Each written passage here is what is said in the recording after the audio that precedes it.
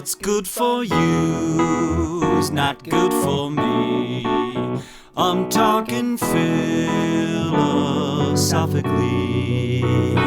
What's good for you and me? I'm talking philosophically.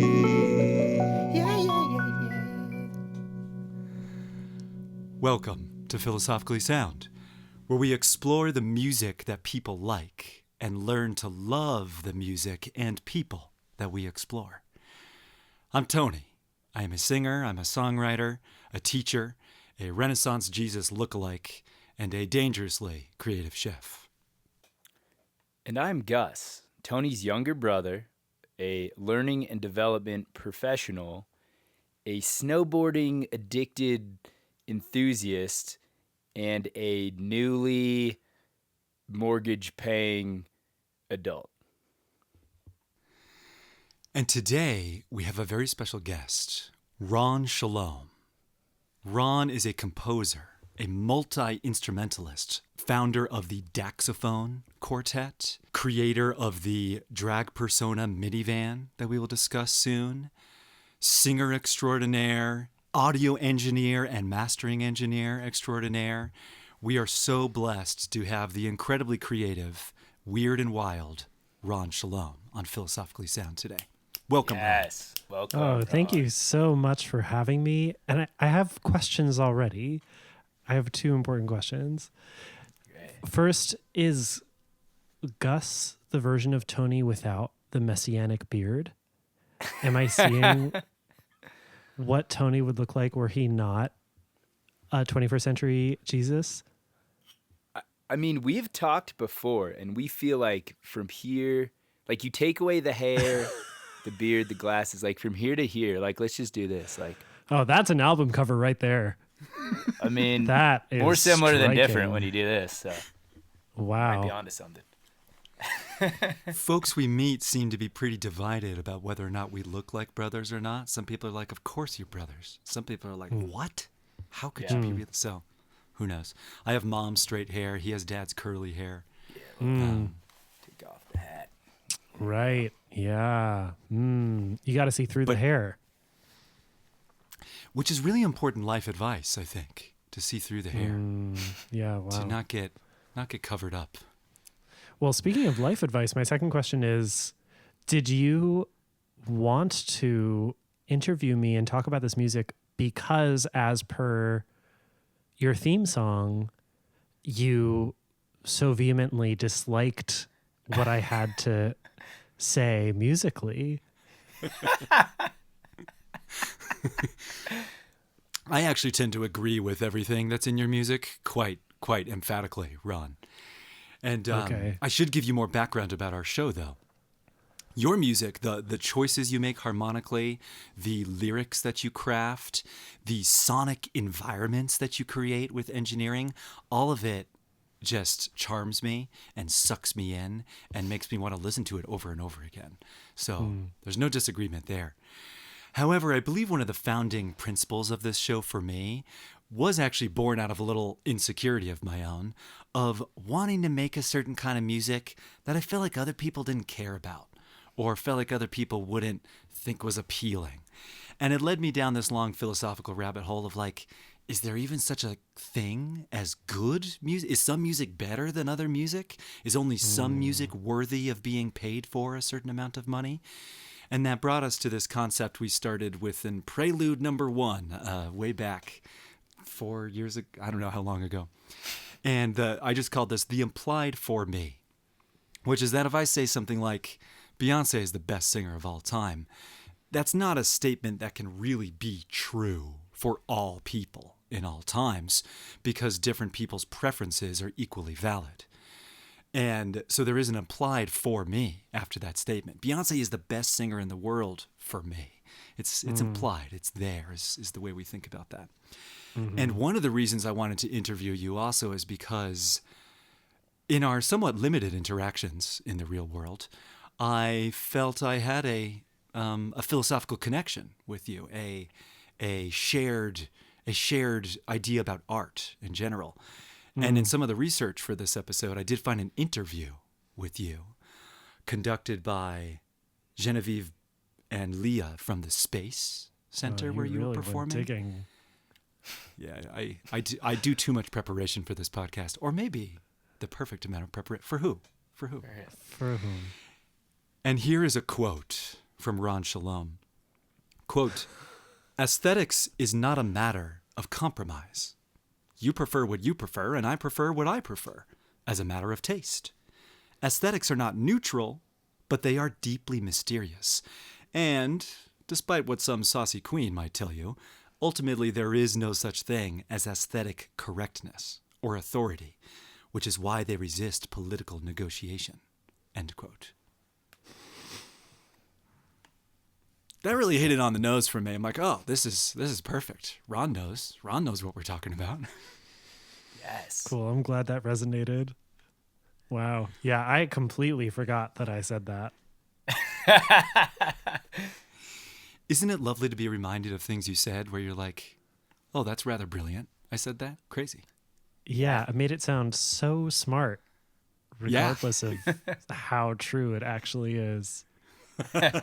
Is some music better than other music categorically? Is there a truth that some music is actually better for all people, for the world, for humans? What do you think? Let me just add a little bit of context too. We explored a lot of different ways to like different music. Hey, I'm listening to a song I didn't like, but maybe there's a good way to like it while I'm driving or while I'm cooking. So like, hey, there's maybe great songs for certain activities, or good artists for certain activities. And you know, we went in this whole deep dive of the Grammys and how they award these bests. And it's like, well, best for what? Based on what criteria?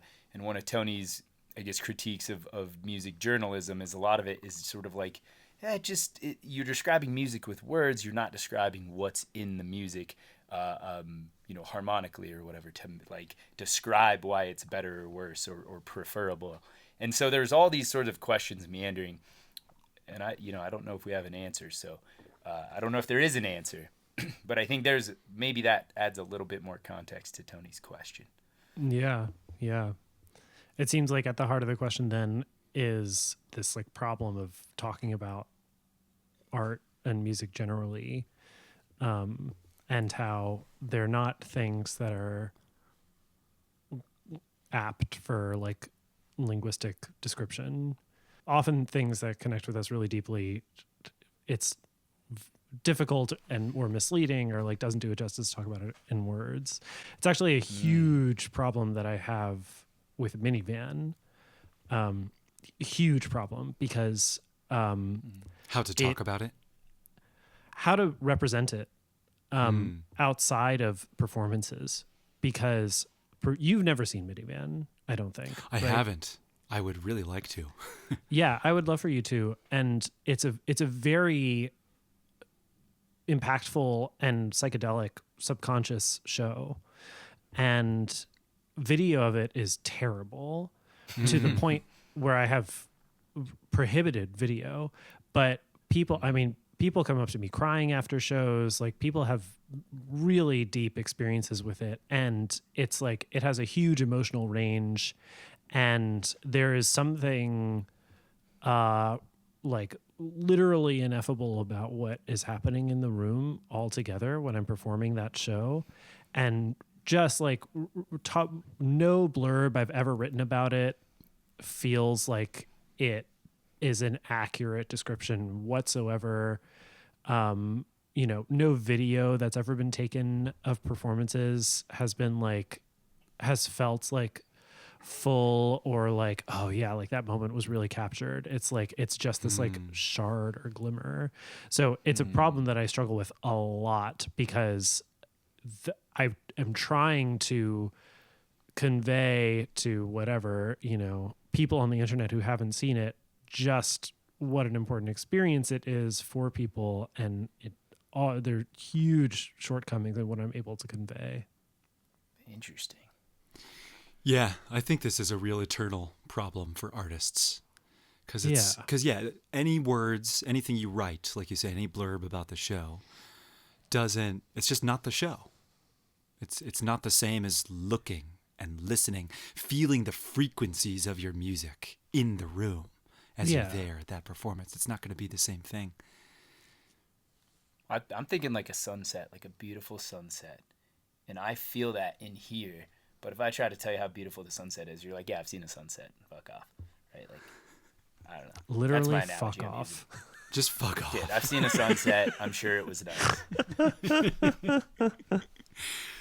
Let's talk a little bit about how do we know each other? How did I meet you? Yeah.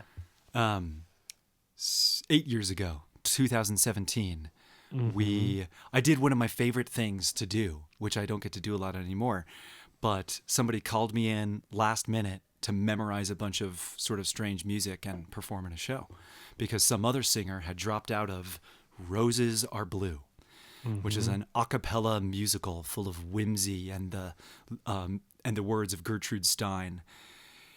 And Ron was also a part of this production. So I don't know that I really got to know anybody super well in our sort of frantic push towards performance, but I was in awe of all of the people that I was working with in that production, including you, because everyone was just such a unique artist coming together to perform this work together. So that was our first exposure. And then in last year in 2024, we were all called together again to go to New York to record this musical project. And we got to meet again. And this was a really big, important deal in my life, actually. Like being with all of you again, the Roses Are Blue crew at Spillway Studios, really awakened an old hunger in me for the pursuit of excellent artistry, because all of you are very good at creating, very good not only at playing your instruments, at using your voices, at conceiving of ideas, but then making those ideas come to life and be presentable to other people. And that's a thing that kind of, as of this podcast, I've started to get better at, and it's so lovely to be with other people, making music with other people who kind of inspire me in that way. Little more context here. I have two favorite just sort of memories that really stand out from our recent recording adventure. The first was we were all living in the same space, kind of sleeping next to each other in slightly different rooms where we would retire at night and then working during the day in this recording studio. Had a nice little kitchen down there where we could make ourselves breakfast and coffee and things. This was at a time when I was just getting used to actually making pour-over coffee for the first time in my life. And I was feeling a little, I think, nerdy and even arrogant about it. I made coffee for one of the composers of the project and our host, Dina. And she said it tasted better than the coffee she made herself yesterday. And then so I said to Ron, could I make you some coffee? And Ron, you weren't angry. You weren't angry, but you looked at me very seriously. And do you remember what you said? No, and I'm afraid. He just looked at me very, very flat-faced, and he said, I make my own coffee.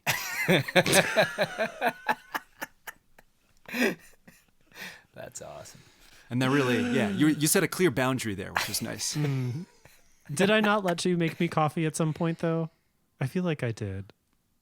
Maybe. I don't know. I don't remember. Maybe not. Maybe not. I respected that a lot. I'm like, okay. I mean, that's fine. It didn't make me think you were a jerk or anything. I'm just like, yeah, you make your own coffee. There are some things you would probably offer to me that I'd be like, no, I'll do that myself. It's okay. Yeah. Not creatively dangerous enough. Right. And then throughout the singing process here, this is a difficult show to sing. Each one of the individual parts has a really massive range from low to high notes and lots of exposed moments of singing, pretty much all singing a cappella, which is no other instruments, no pitch reference besides other people's voices. It's exposed. It's very difficult. It's psychologically difficult. And there were some moments where you were needing to sing these high A's. The lion is what I chose. And sometimes you and sometimes other folks were I don't know, oscillating between satisfaction and dissatisfaction about the tone quality of your high notes. And so we started talking about belting. And we started talking about the need to really dig deep and dig low into the body and find really low abdominal support. We talked about this one day, and then in the recording session for this piece, there was a moment where you were singing it, and then you looked over at me, and with this look in your eyes of sort of like, what do I do? And I just patted my belly real hard, and you went, the lion is what I chose. And I was like, yes, let's go. Yep. Yeah, if anyone is awesome. watching this because they're trying to decide whether or not to take lessons with Tony, the answer is absolutely take lessons with Tony, because I learned so much from you in this most recent recording process. You really expanded my abilities vocally. Oh, that's so cool. Thank you. That's great. Before we move on, I don't want to put you on the spot, Ron, but do you have any like anecdotes about Tony in those recording sessions?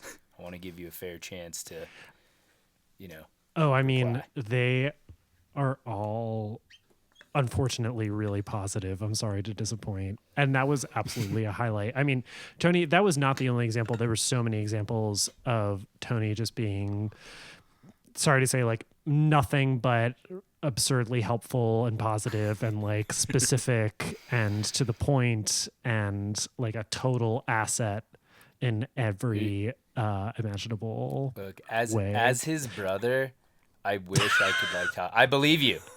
I get it. This guy, it's very Tony. I believe that. So that's awesome. Yeah. Awesome to hear. Yeah, sorry, no evidence to the contrary. Unfortunately, just like the peak of musicianship. That's good too. I know that must be frustrating to hear as his It's all brother. right. It's all right. Yeah. Really, yeah. I'm crashing this party anyways. I wasn't even supposed to be here, so that's good. But we're glad you are here. We're glad you are here. Ready to talk about philosophy? Wow. I am. What have we been doing this whole time? I asked Ron, I asked you before this show, is there anything that motivates you or influences you philosophically? And you got back to me about that most of your philosophy comes from novelists, especially Cormac McCarthy, the author of No Country for Old Men, as well as many other quite well-known novels. Cormac McCarthy has written one piece of nonfiction, which is quite philosophical, about the unconscious in animals, in our human minds. It's called The Kekule Problem. Ron, would you read this first quote? Okay, so McCarthy writes, problems in general are often well posed in terms of language, and language remains a handy tool for explaining them. But the actual process of thinking in any discipline is largely an unconscious affair. Of the known characteristics of the unconscious, its persistence is among the most notable. Everyone is familiar with repetitive dreams. Here the unconscious may well be imagined to have more than one voice. He's not getting it, is he? No. He's pretty thick. What do you want to do? I don't know. Do you want to try using his mother? His mother is dead. What difference does that make? You dream journal, I saw on Instagram Yeah. recently. Do you do that regularly? Every day. Every day. That's so cool. Yeah. I dream journaled every day for about like 6 months, 15 years ago. I found it extremely difficult because at that time I was living by myself, and I would sometimes wake up in the middle of the night from a dream and turn on the light and take a moment to write it down. And that was exceptionally helpful.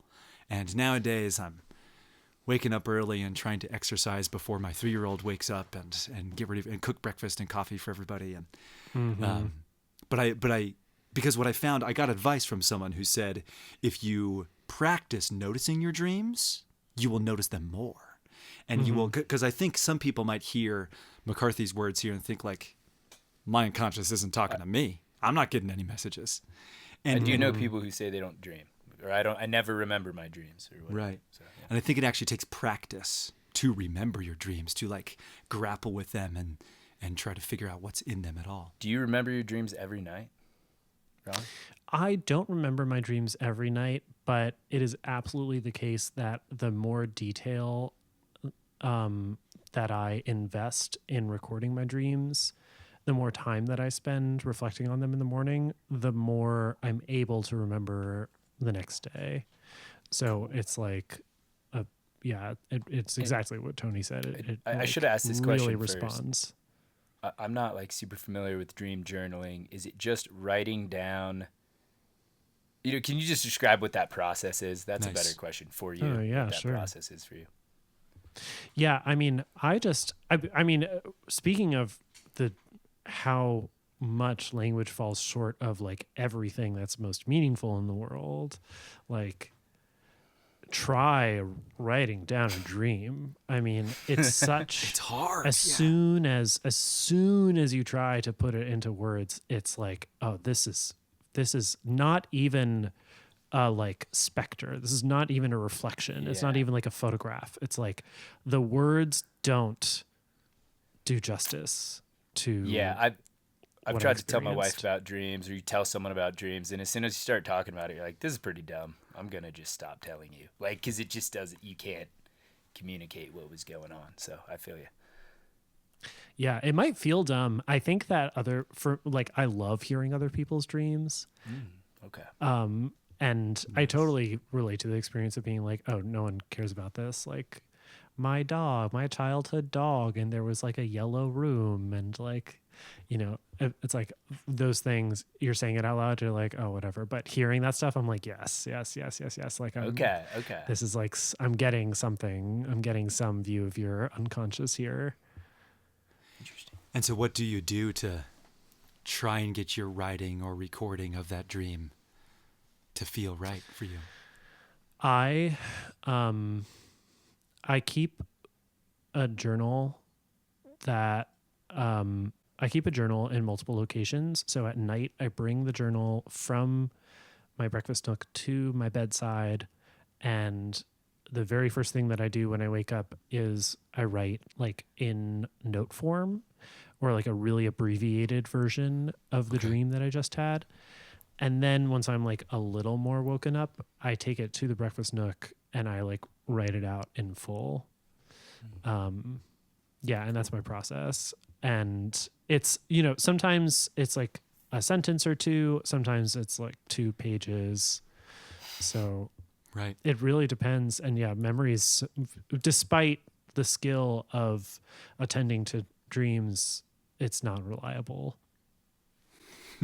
Interesting. What about Thank you. what were you doing when you were journaling for those 6 months? I was writing, and I was always a little frantic doing it, I think. I was always trying to write down every single detail like as fast as I could.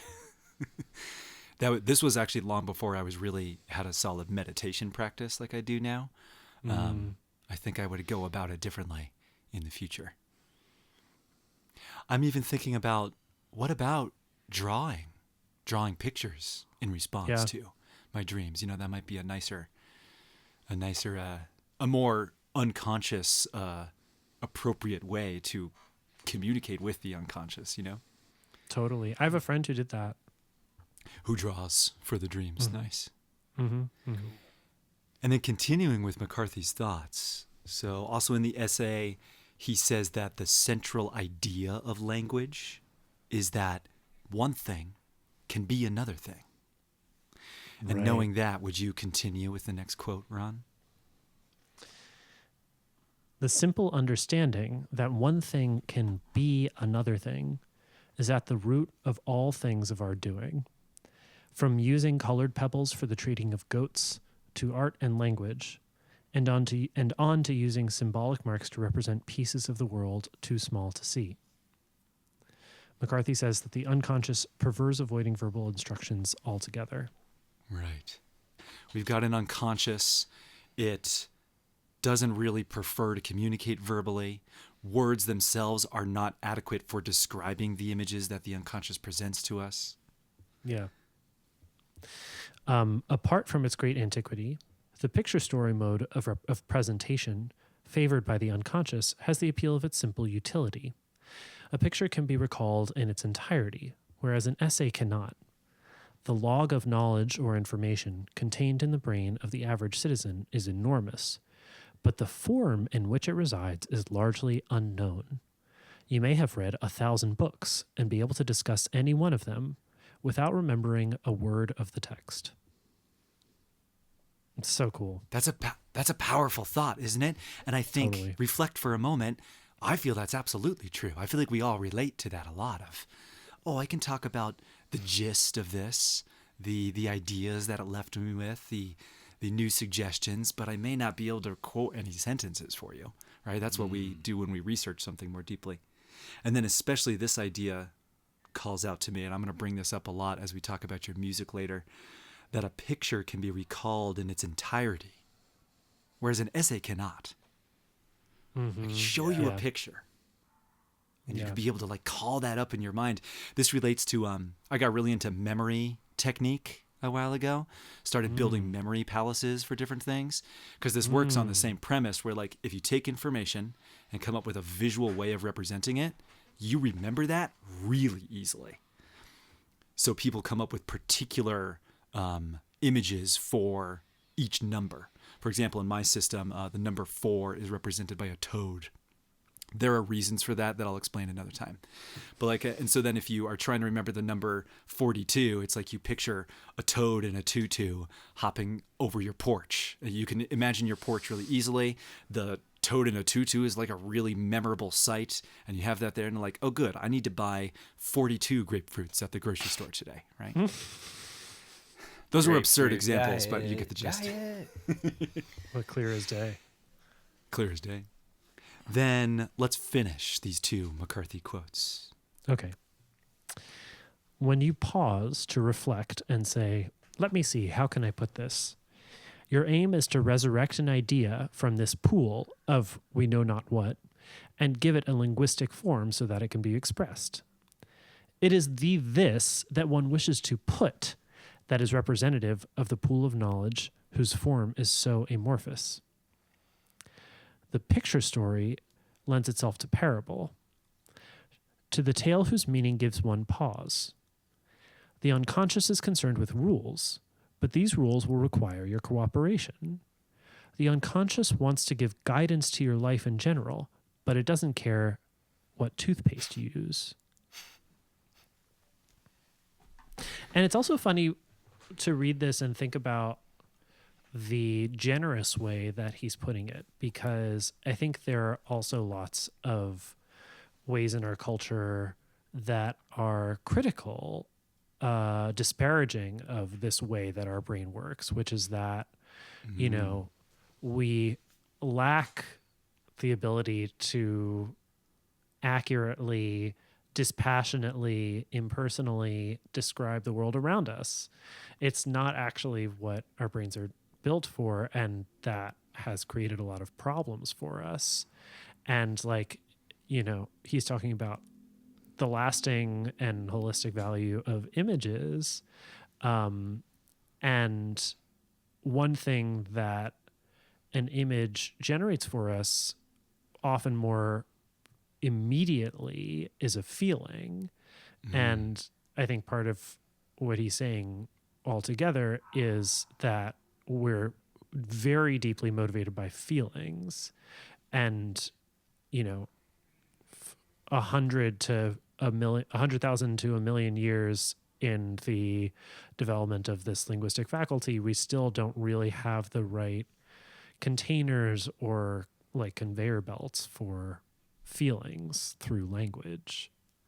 Right. That even though language, I think you're alluding here to like how prized language can be. It's like, well, if you can't describe it to me, it's not real. Right. If you can't put it succinctly, it must not be an important thought or something. And Right. I don't know some voice in my head is probably saying this more so than anybody. Subconscious. Damn. Well, see, and that's it. Interestingly, is that the unconscious saying that to me? I think not, because the unconscious is trying to communicate to me with pictures, and the unconscious wants to give guidance to your life. He makes the claim also in this essay that the unconscious might have a moral compulsion to help you be good. He writes in parentheses, a moral compulsion? Is he serious? McCarthy is very funny in his writing. And so with all these proclivities in culture towards language, to like prioritize language, and then to acknowledge that our brains still aren't really built to function that way primarily, that we memorize pictures faster, we feel feelings faster. The language doesn't adequately describe or communicate to someone else what I am feeling, but that doesn't make what I'm feeling less real or less important.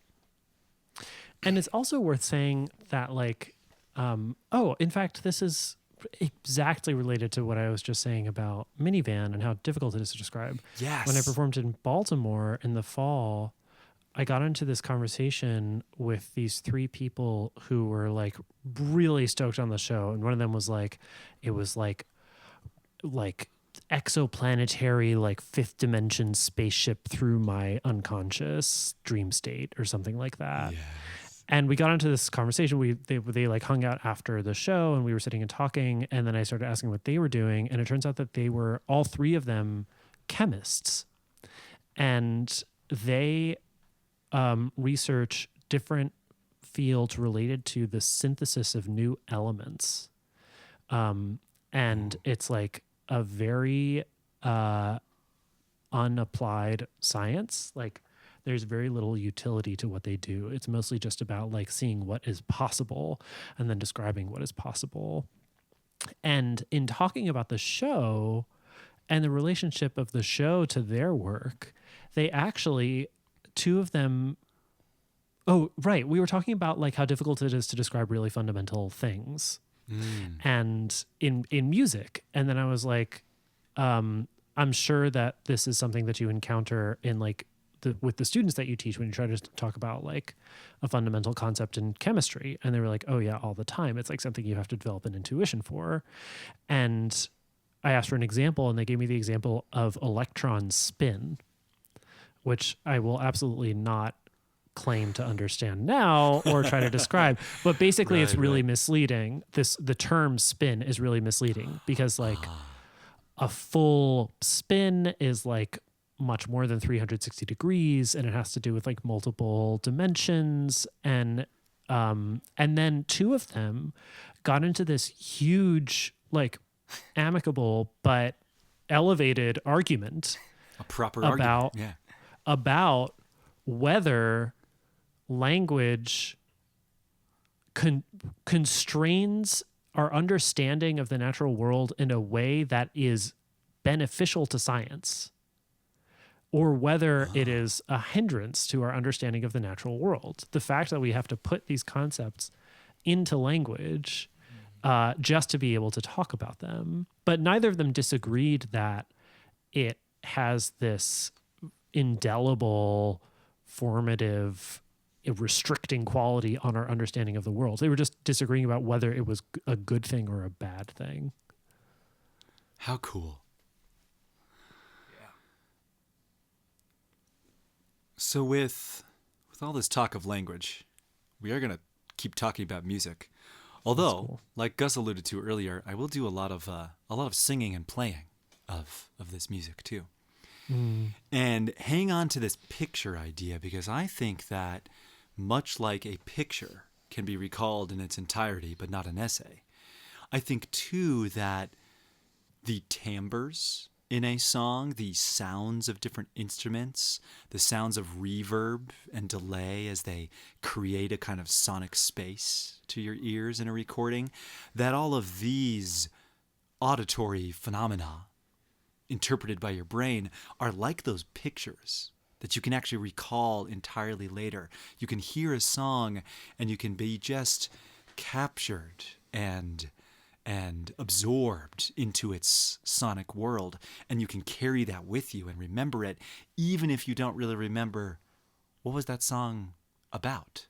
But you've got the essence of it because of the engineering, because of the different instruments and the way they layer together and all of those beautiful things. And I feel like it's also the case, you know how a song makes you feel, and sometimes you go your whole lifetime loving that song and the way it makes you feel, never understanding what the lyrics mean. Right. Yeah. Yes, it's arguable, I think, perhaps what are lyrics, how important are lyrics? And the answer is different to different people. Some people really, it's like the lyrics need to be out of the way of the music itself. Whereas other folks are like, no, I need to make sure that the lyrics are delivered by this musical vehicle, and all the gradient in between. Mm-hmm. Let's do some listening, shall we? I would like to listen to an extended piece of the first song on Ron Shalom's album, Runway, that came out last July 2024. The first song is called When a Friend Is Gone. And we're going to listen to a good chunk of this. I'm just deep in thought about this concept of misunderstanding the natural world, because we have to talk about it in language. And I'm, thinking of native cultures and man, how did they speak about, arguably they're better at taking care of the natural world than we are today. And was there less reliance on spoken word about it and more just understanding? I don't know. So that's why I'm real quiet over here. You got me all fucked up in my head, but I'm ready to listen. Good. Why does nothing last?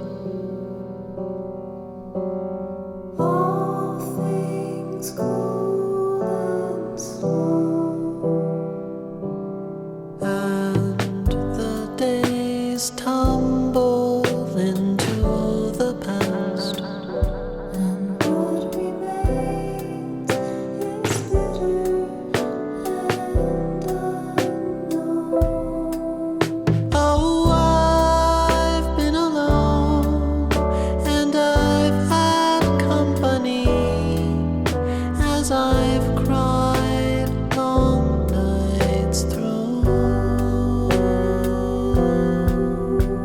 It never gets easier to hear the voice you've heard when it cries out the blistering truth.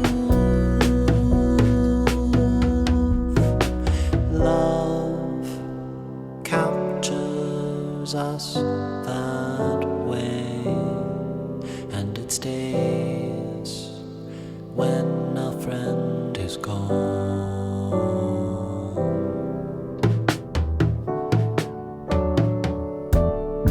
Why the moon spins and circles black, why the stars are fixed and always glow, why this room is sometimes bright and sometimes black, because the sun only sometimes shows. The sun, the moon, the constellations shining from afar, and your eyes in the afternoon.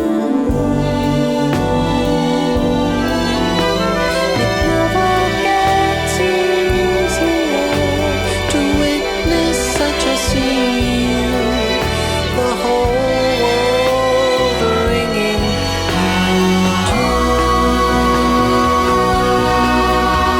love captures us that way, and it stays when a friend is gone. Hey, bravo. I don't know if we're supposed to get hyped. I got Yeah, get hyped. hyped. All right, woo, yeah. Oh, shucks. Thank you. A quick anecdote from me. Tony sent this music to me like 2 weeks ago, and I was like checking it out, and I was like, this song is awesome. And I what should I tell you? Well, I'm already going there. We should say it. Yeah, It's about- yeah. Due to a weird phrasing of mine, I was like, Gus, will you listen to these songs? And here's the document, and look at the lyrics that I wrote there in the document.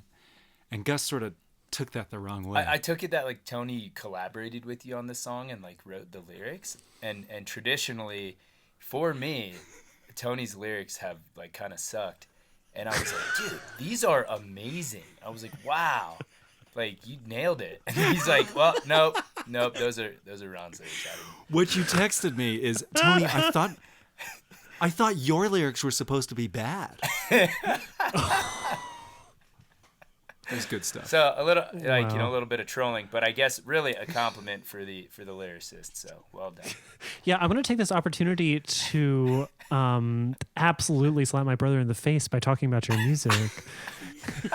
He can edit that shit out if he wants to. It's fine. I think it's good, actually. It's as a philosophical project, we are open to critique. And it's true. I've written, actually, this is a thing that we should talk about right away, is how do you decide? How do you choose when the lyrics for your song or songs are good enough?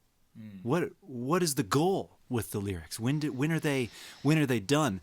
Because I would say that as a songwriter, definitely as a teenager, but even well into my 20s writing songs, I was so focused on music. I was one of these people who didn't totally care about lyrics. I was like, whatever. Just slap them down and like, let's have a good groove, But I've actually, it's not just Gus. I've consistently received this feedback from people who I love and who love me. And I know that they're giving this feedback not vindictively, but as like, yeah, those don't really hit me. And in recent years, I have become better at this, thankfully.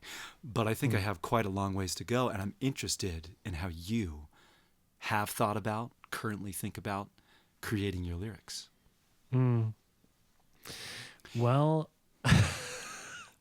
it's a lyrics huge question. Suck, man. Lyrics are You could talk just about hard. this song if you want to. Lyrics are so hard. And I think that part of my artistic development has definitely been knowing when you have found what the thing is, or knowing that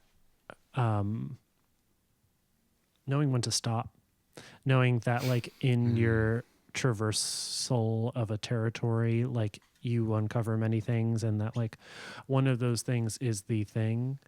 And I think my attitude towards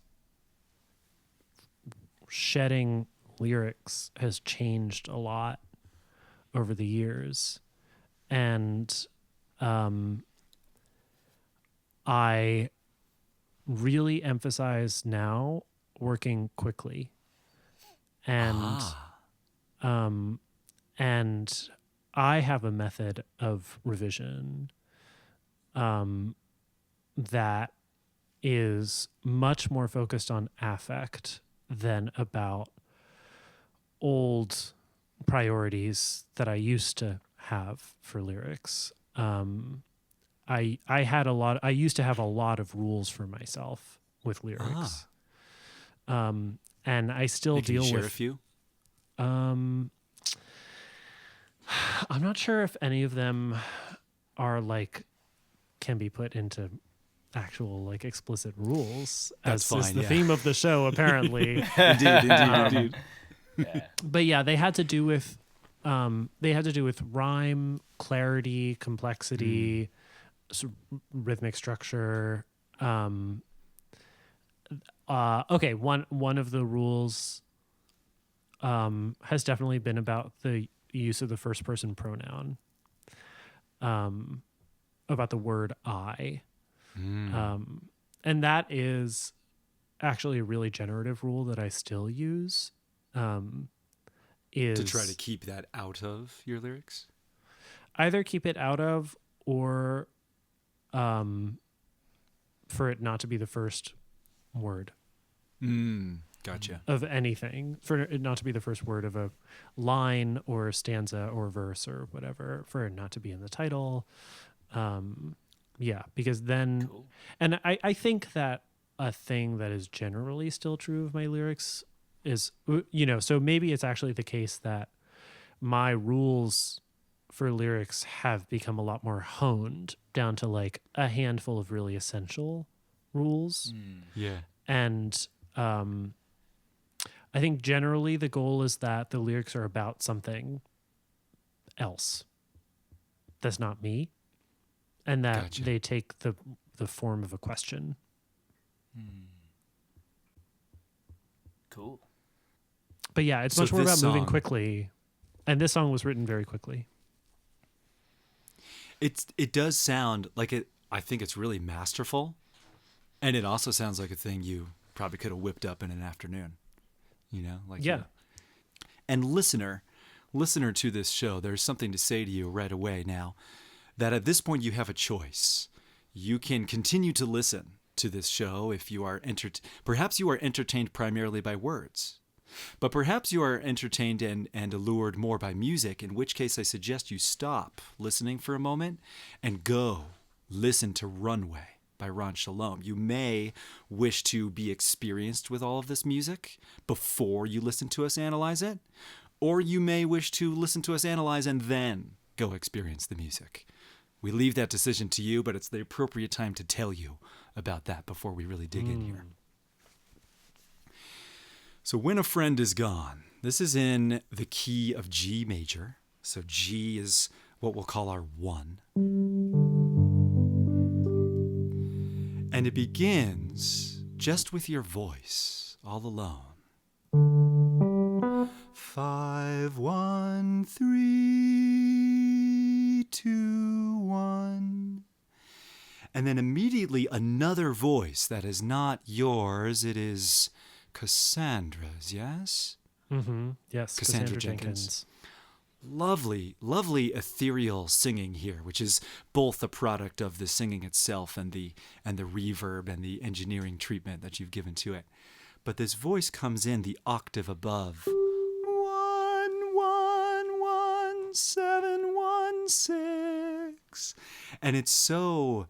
It feels a bit like some other part of the mind of this song speaking to you, answering your questions. Because your questions here are deep questions. Why does nothing last? And what's the answer? All things cool and slow. And immediately this makes me think of stars, which you're going to bring up later in the song too, which is really lovely and cool. I also like, I'm just going to go detail by detail here. I love that you sing, why does nothing last? And last is almost awkwardly short, the way you hold it, which just seems quite appropriate for what you're saying. Kind of, so in fact, a big theme of your music and your words and your music working together, Ron, for me, are that you're able to be simultaneously serious and quite silly all together. And things make me chuckle and also tickle my spine and just make me think deeply. It's amazing to have all that together in the same word, you know? It's magical. Wow, thank you. The chord progression here, we start with our G major. And we move to D major, but it's D major in the first inversion, which means we take a middle note in D major and put it on the bottom of the chord like this. And then you come to E minor. But you add what we call the 2 or the 9, which is right next to the root of the chord and only a half step away from the third of the chord. Sounds like this by itself. It's quite dissonant and weird, and all together,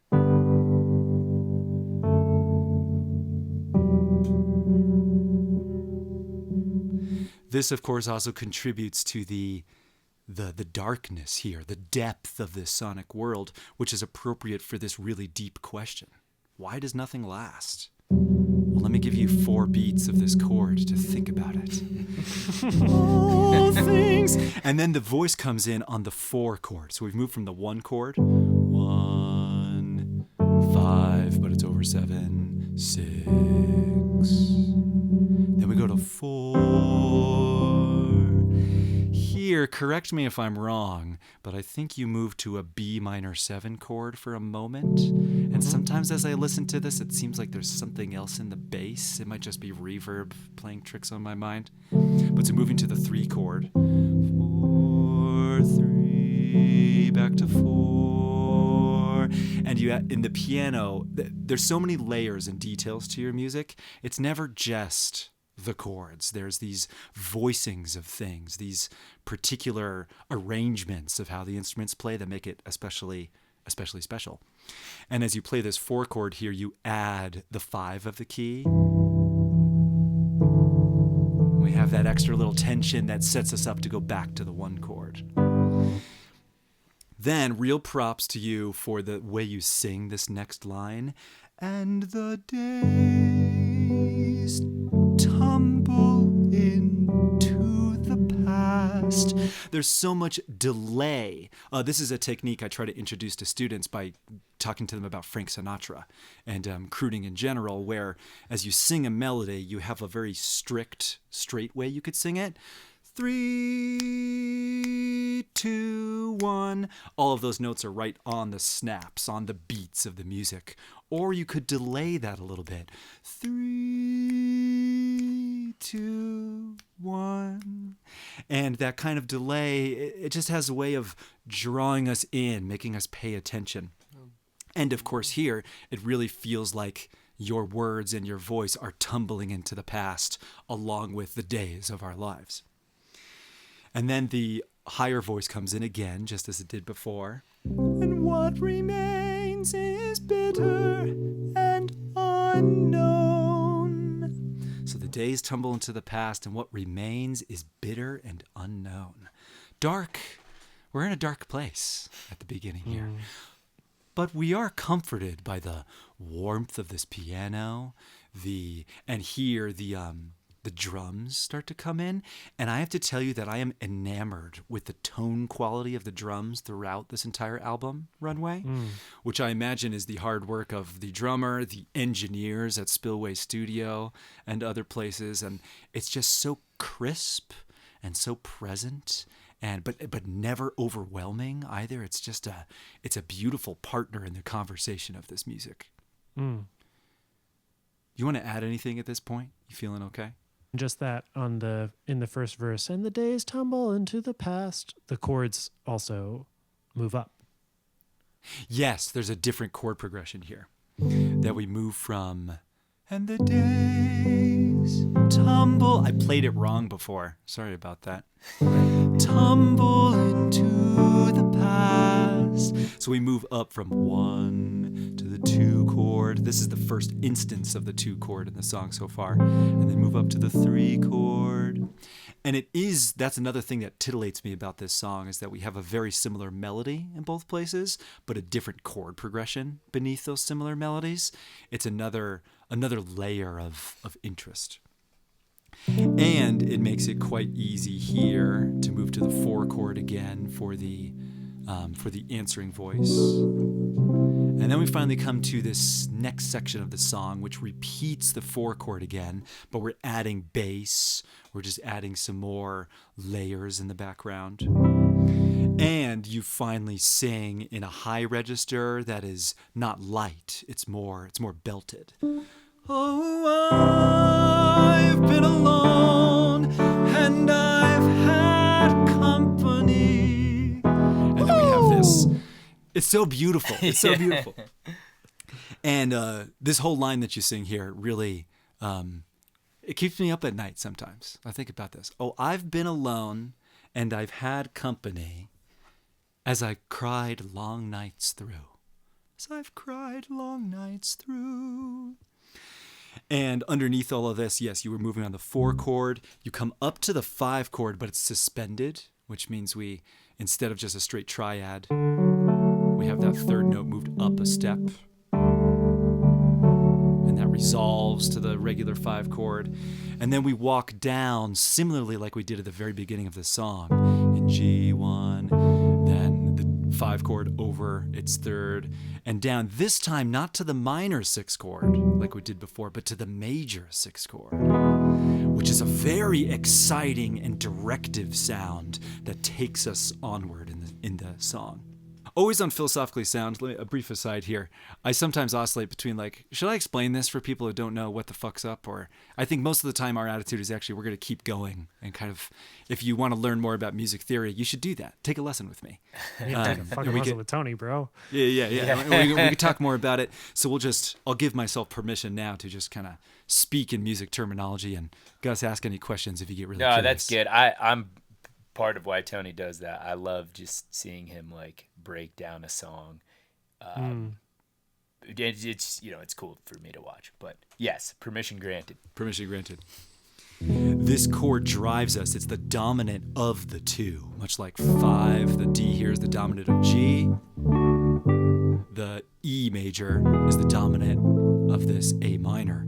And that's where we head next. As I've cried long nights through.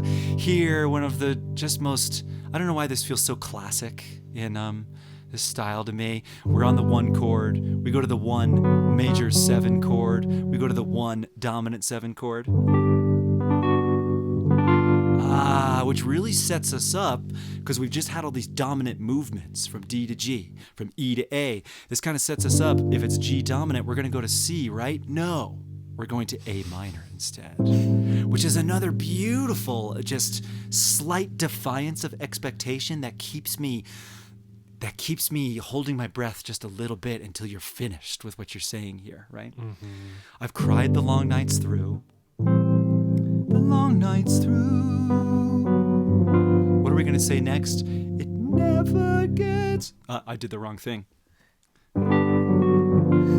It never gets easier to hear the voice you've heard. So here again, we're playing with the 2, the 3, and the 4, moving 2, 3, 4, 3. And you enter into, this is Ron's first display of gentle falsetto on the song. It's in the same range that Cassandra's voice started earlier, but now it's in Ron's sort of light, thin timbre here. It never gets easier. Which just, again, every way that you perform the lyrics here brings out their meaning, which I really, really love. When it cries out, we're on the 2 again, and here a particularly lovely thing. We have all of these common tones between these next chords that are going to happen, and that common tone E is on top of every chord in the piano voicing, I believe. And so you have this E. Then we go to F sharp 7, which is you could call it the 7 of the key, but it's dominant. It's a slightly unusual choice, but very very tonally directive. Very different from everything else because it contains A sharp and C sharp, which have not made an appearance in the song thus far. No and C then it sharp. Say again? It's an F sharp augmented 7. Oh, see, I missed that. Beautiful. Mm-hmm. That's even that's more common tones. It's even better and even more common tones, exactly.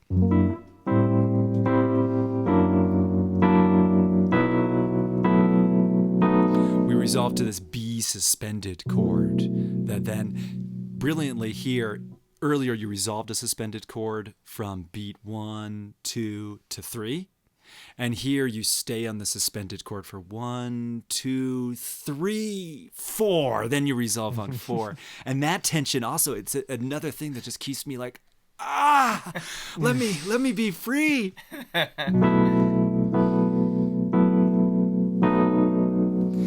And then here we have another dominant that is going to be a little frustrated. This dominant B might naturally lead to E minor or E major, but instead we move up a half step to C major.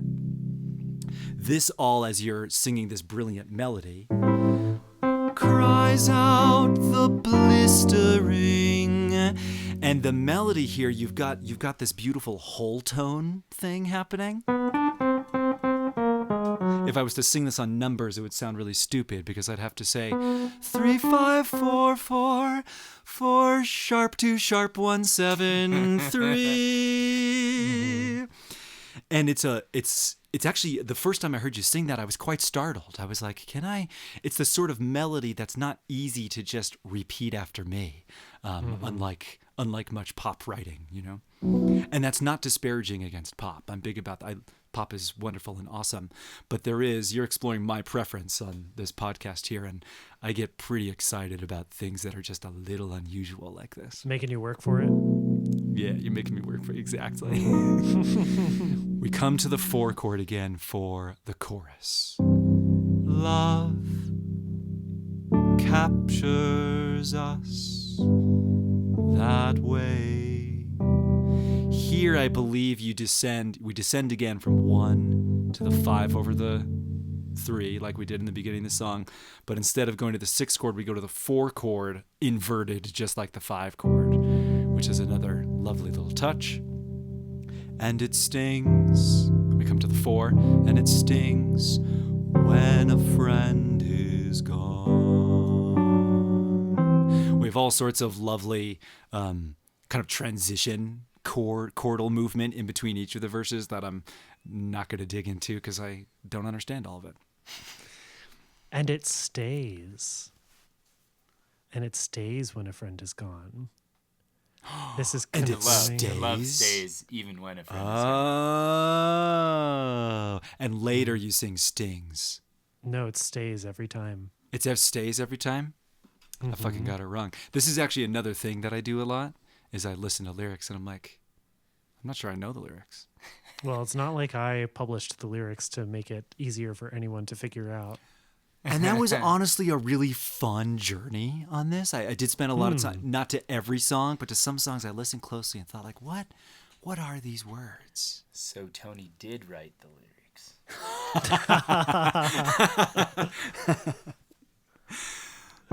Let's sing that correctly.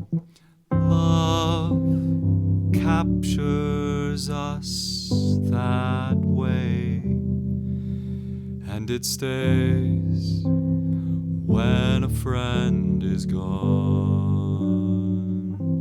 At this point in the song, you've demonstrated a full 2-octave range from this high G, never gets easier, to this final low, when a friend is gone.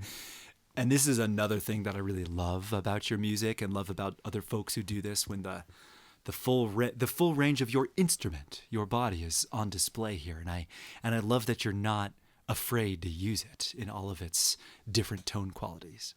Mm-hmm. The second verse and chorus continue in much the same way. Let's dig into the lyrics of them just a little bit.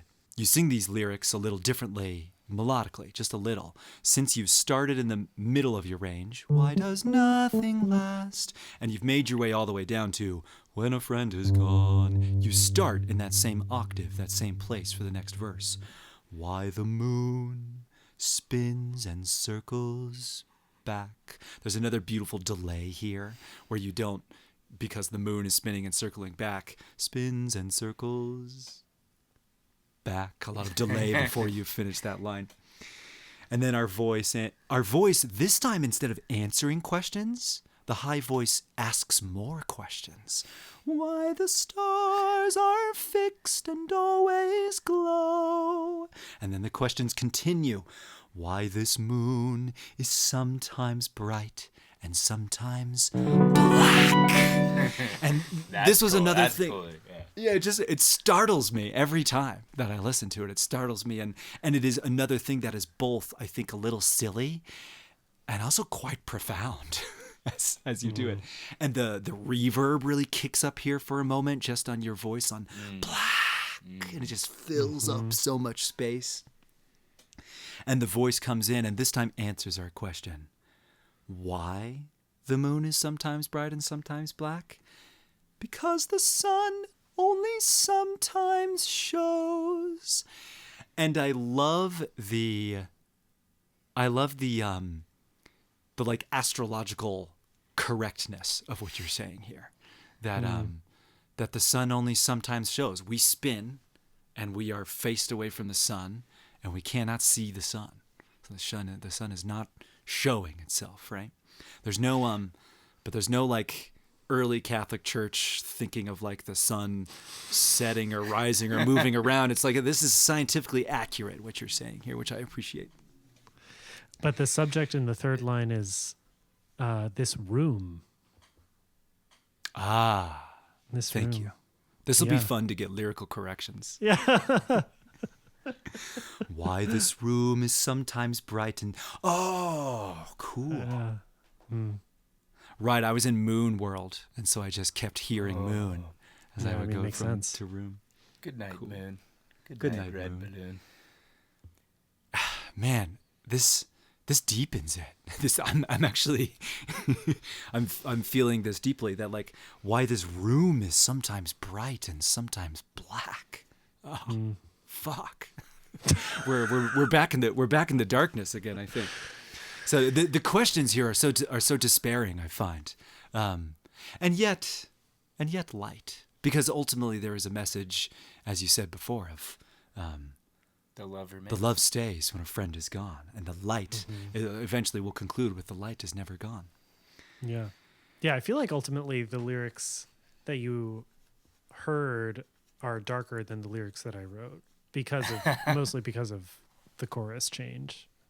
Yes, Stings is definitely. I think as I was hearing the Sonic World, I was actually thinking about people who have died in my life, and just thinking like, yeah, it really sucks when a friend is gone. But even in that case, it stays. You know, it stays when a friend. The love stays when a friend is gone too, whether they have simply left your house to go home or died. Either way, the love remains. Yeah, can we get... Are you going to do this later to get Ron's take on I some... say bring it out right now. I'm just curious, since we're messing up some lyrics, just a little bit of, I don't know, inspiration for the song. Is it about someone in particular? Is it about just life in general? We don't have to go there. It's about a dog who I was dog sitting for 2 weeks. Yes. It's incredible. And then the dog's owner picked her up. You probably have you seen that dog since then? Unfortunately, that family got a baby. They got 3 babies, and the dog became very possessive and territorial, and they had to rehome the dog with another family. Oh, no. So it's unlikely I'll see that dog again. Dang. But she was pretty great. That's awesome.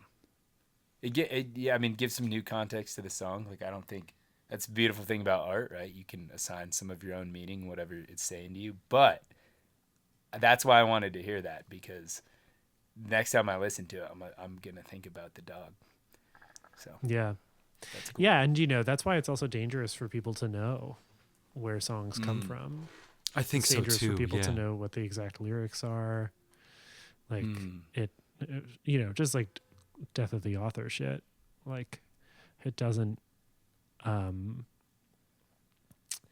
I feel very mixed about whether you know exactly what I'm trying to say. Yeah, I can dig that. I feel you on this too. It's like mystery. I think mystery is helpful for keeping us open and expansive in our thinking.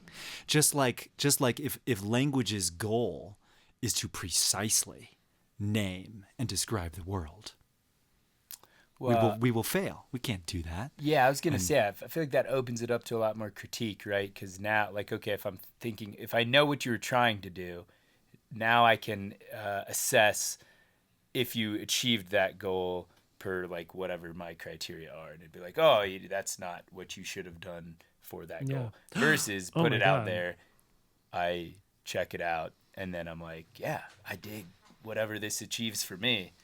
I don't know. Not that I'm like assessing your song, but No, I think that's exactly correct. And also because the purpose is, I mean, it's there are so many sides to this, and one side is like, yeah, if you know the shape that I'm describing, then you bring into it your expectations for that shape, and Yeah. then you miss all the possibilities of what else it could be. And the other thing too is that me telling you what the thing is and how you should experience it is the antithesis of my life's work. And it's just like that's not what I do. And a great example Nice. of both of those things is Cormac McCarthy, who, Yeah. I mean, have either of you read any of his novels? I have not, and Okay, then I would like can't to. tell you this. I can't tell you this. But he was, as you might know, even without having read anything of his, he was extremely protective about his private life and his process, and I really sympathize with that. And now that he has passed away, all of these things are coming out about his personal relationships and letters that he wrote, and it's like an absolute gold mine. But one recent like major revelation about his personal life, which I shan't discuss here because I really want you to read something of his before you know anything Got it. about this, Cool. has to do with like had a huge impact, had an influential role in like many of his most important works. And I'm so Interesting. glad that I didn't know anything about it, because the relationship that I have to his work is so rich and would have been completely different and lesser if I had known where it came from. And I even feel mixed about knowing about it now, because it turns my relationship to his work like so on its head in a really beautiful way. But it's like, it's almost beside the point. It's almost a distraction of what the novel is actually doing for the person who's reading it. So yeah, it's like, another example, I don't know if you're familiar with the musician Chris Weissman, but I'm he's not. a great, he's a brilliant songwriter and, recording experimentalist and theorist, philosopher of music. And he was also really guarded about his lyrics. And a lot of his lyrics are quite obtuse. And only recently has he started like sort of trickling out self-published versions of his own lyrics. And it's really, really interesting. But I'm so glad that I didn't know what he was thinking of when he sang those lyrics, and that I didn't have any like sort of master guide to refer to. We live in a world today where like lyrics, I mean, and it like, I totally get it. Like, I love lyrics. I love being able to like watch closed caption, lyrics of like someone singing in a music video. Like it's such an immediate thing to hold on to. And I think there's a really beautiful way of doing it too, where it still gives you that space of ambiguity. But there's really something to be said for like not, committing to your vision of it, but not being didactic about making sure everyone has the exact same perception of the work that you do. So I love to hear all of these differences in interpretation from you. Yeah, I think that's very wise. I think it's very wise to allow what you create to be experienced by people individually in whatever they bring to it, and not to certainly you don't want to, dictate how people experience the thing. And I think that's really good. In fact, throughout, as this interview continues too, it's like, I want to respect your right to mystery. Yeah. I feel like you go. Well, I was just going to say, thank you for sharing your inspiration on the song. And I'm glad I asked, because it brought that philosophical perspective that I think is really cool and interesting. And as you said, kind of central to your perspective on art. And so thanks for sharing the inspiration and disclosing that secret or whatever. But that was fascinating. Yeah, thank you for asking. And generally, I don't think there's anything on this album that's like I actually am trying to be mysterious about. I think Right. it's just that like the space is more valuable than where I was bringing into it. But it's like for some people it is more meaningful to know that the song's about a dog. Probably depends on people's relationships with dogs, right? Yeah. I too have house sitted for people with their dogs, and yeah, I mean, not the same. Like, I don't want to say it's the same, but definitely I was like, this is really fun. I really love these dogs. And then you go home and you're by yourself, and you're like, dang it. Dang it, by myself. Yeah, like, what? I don't know. So That's exactly what the song is. Yeah. I feel you, man. Respect.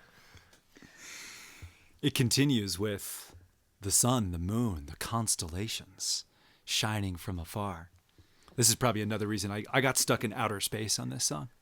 It's an outer space song. It's an outer space song. The sun, the moon, the constellations shining from afar. Here I love that the melody emphasizes the G sharp of the E, whereas before the melody hung out on the B up above it. It's nice. And Cassandra is singing in harmony with you during this line and begins to sing this beautiful line. And your eyes in the afternoon. She sings, ooh, just hanging on this high G up there as the G, F sharp, F comes below it. This is also, I believe, where the strings enter. And this never fails to just light my whole body on fire. I listen to the strings enter. It's flute, it's French horn, it's clarinet. And it's so beautiful.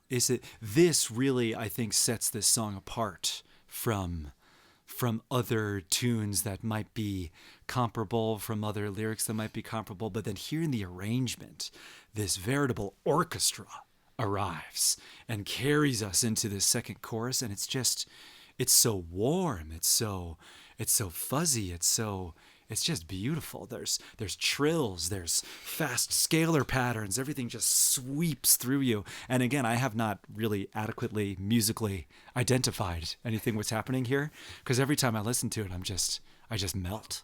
I'm like, it's gorgeous. I am curious, is it a thing that you wrote down on sheet music to have people play?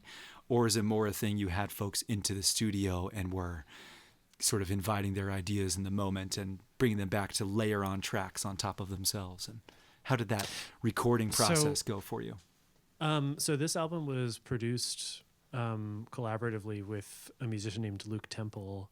Nice. And I remember exactly how this came about. Was we were sitting in the studio and he was like, yeah, and right here we need like strings that go like, yeah, da, do, do, do, do, do, do, do. And so then I like just like broke out a MIDI keyboard and got like a Mellotron string sound, and Cool. then I just sort of like translated the gesture into note values. And that was one of his most valuable things in the studio, and one of the like greatest lessons of working with him was like and that's also one of the best things about collaborating in general, is someone can be like, it needs like blah, and then another person can be like, okay, well, what if blah is like this? And you try that idea and see if it matches the feeling. But that like gestural inspiration was a huge part of the album. And all of that arranging, I think, really sets up this line that you sing next. It never gets easier to witness such a scene. And that's how I feel about listening to that orchestra sweep through us. It's like, oh my. And this idea, I would love for you to talk about just a bit, because on an album that I listened to on your Bandcamp page, ronshalom.bandcamp.com. You should go buy albums there, everybody. There it was one of the earliest things here called The Inconspicuous Meaning of Conscious Signs, 3 Unrealizable Forest Fantasies in Rounded Binary Form. You really went there's deep. I went deep. Yeah. And There is a thing, yes, in the writing that you accompanied, that kind of a description that you write here. You wrote about this very thing, the difficulty of witnessing beautiful things. Yes, you say that we are forced to remember how far we have fallen in the witnessing of beautiful. And of course, I'm telling you this, and you're like, I don't fucking remember that, Tony. Absolutely. But I find it really not. fast. I think that the same idea, to me, seems to be expressed here in your lyric. That album's from 2012. So here you are 12 years later, finding a new way to express that idea in song, which I just think is kind of neat. Mm. And it's an interesting idea to me, actually, because we might instinctively think, well, witnessing beautiful things, why is that so bad or difficult, or it never gets easier to witness such a scene? Why does that line feel so true to you? I feel like, and if I'm thinking of I feel like my unconscious is showing me an image, and it all makes perfect sense why this line goes together, and we could leave it there. Or you could, if you would like, you could say more about like why this line makes sense to you. Oh yeah, it's really, really tricky question whether I should say something or not say something. But I figure I'm safe if Cormac McCarthy said something about it.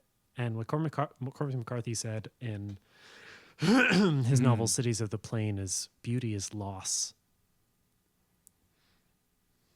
So I feel safe saying that. That's perfect. Right on. And you describe further this, tell me if I got this lyric right, the whole world ringing in tune. Mm-hmm. And of course, you're singing this as you're singing a line that is a little difficult to tune. It's that same line from before where you come down the F sharp 7 sharp 5. Whole world ringing in tune. Love. And you give us the same chorus as before. And this time I love what you do with your voice, where you get a little more forceful with your low notes. Before it's and it stays when a friend is gone. And it stays when a friend is gone. You open up to this larger O vowel gone, and the strings and all the instruments, the orchestra is back in, holding. There's a lot. It's a lot less tonally clear here than the first time we go through the chorus, and there's this lovely bass part that walks us up. Something like that just walks us slowly into the bridge. And where you sing these words, empty space. Now you're singing the C sharp yourself too, which you haven't sung yet. As terrible and new as all the fearsome things we could do. Now you're using this same F sharp to B movement from before over and over again throughout the bridge, which is really nice because everything just stays really tense and active for a while. And then these are words that I spent a long, long time listening to, and I think I'll sing them just to see how it goes. Somewhere in those eyes the sun descends upon the shadows we cast grow long.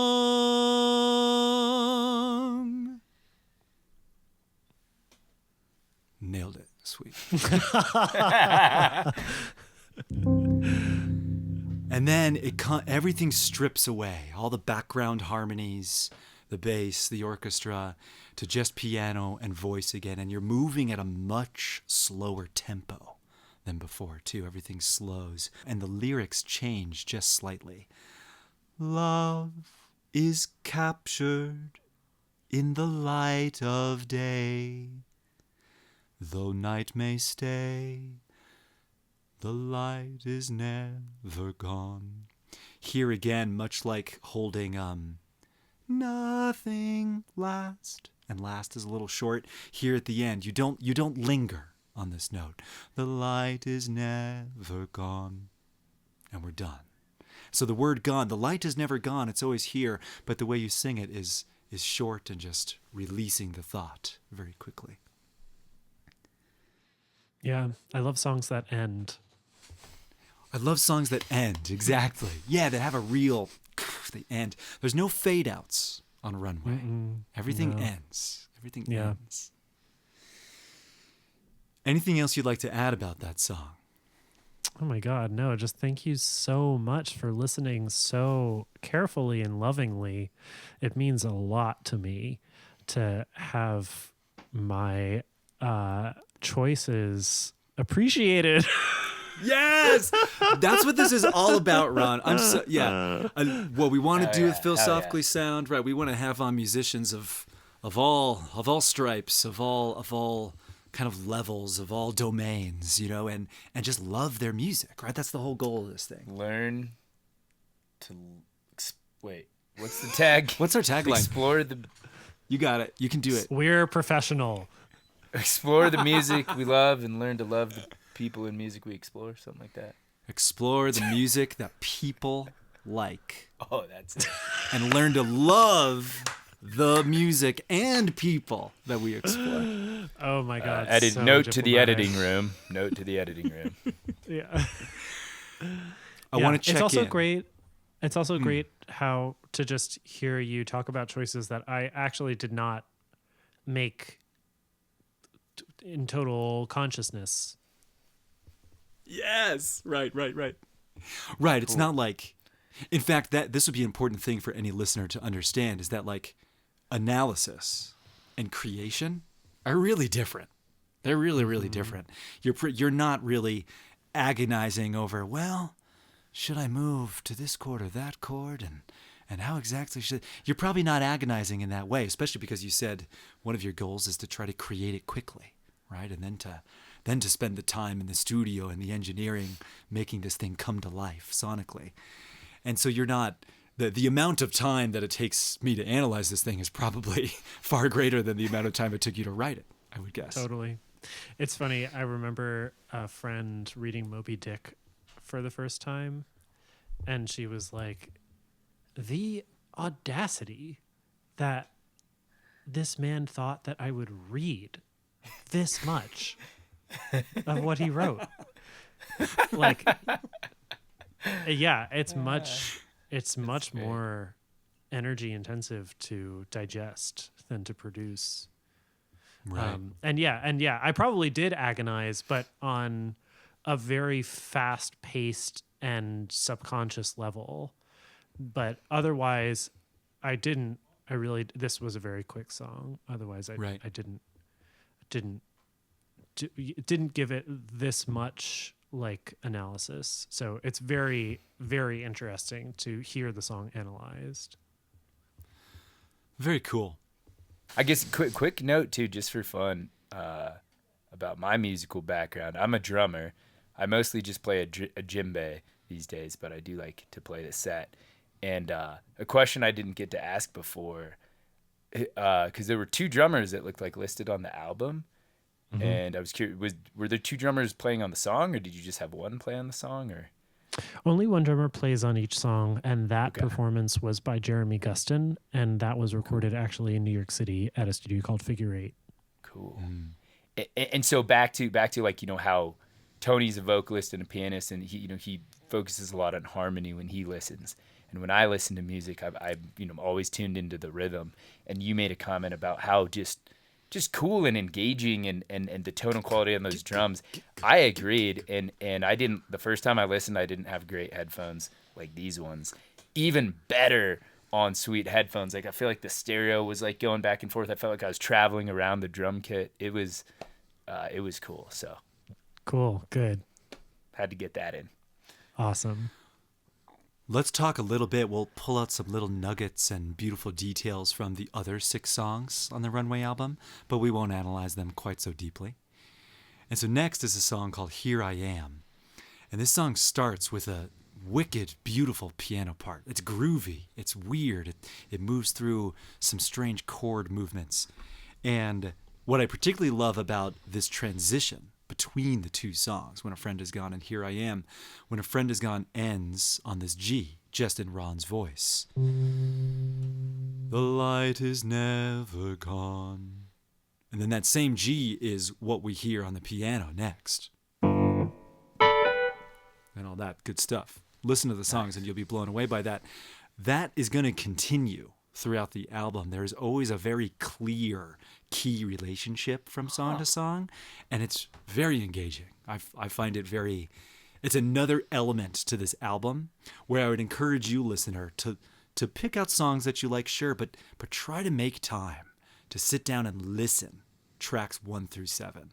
It's gonna tickle your nervous system in just the right way. Oh yeah. So after this funky cool piano, after this funky cool piano part, we hear Ron's voice, kind of almost welcoming us to the album. It's like there's like an opening song, and then you begin to say that we are about to embark on great adventure, and it's just really dramatic and lovely. We're gonna meet noble creatures. There's just all sorts of wonderful things that you're saying. When the drums start here too, they're starting as the guitars are chunking in the background. The drums has this perfect delay. I consider you to be my new role model for the use of delay, because I am a budding audio engineer myself, and delay is still new to me as a tool. And the way you use it is just spectacular. I think it's like a perfect 16th note. So it's just filling up all of the space and adding to the groove, and it's magical. Thank you. One of my favorite moments from this song too is it's like the final, I don't know, you call it the C section, or this little different area of the song where you sing, guide me to your show. And you slide up into unison with a guitar that's playing with your voice, and that just kind of cascades down behind the chorus returning. It's so cool to listen to. And then my little child who's about 3, about to turn 4 soon, when I got back from the recording project where we reconnected, I had purchased this album because I just thought it was cool. You played the lead single for all of us around a table one night in Spillway Studio. And we were like, oh. And that's this, Here I Am. And I was listening to this a lot in the car with my child all the time. And he got to know. He would ask me, what is this? What instruments do you hear? And I'd say, this is Ron Shalom. And I hear drums, and I hear there's strings and French horn and flute and all the things. Oh my God! And, I'm big in Denver.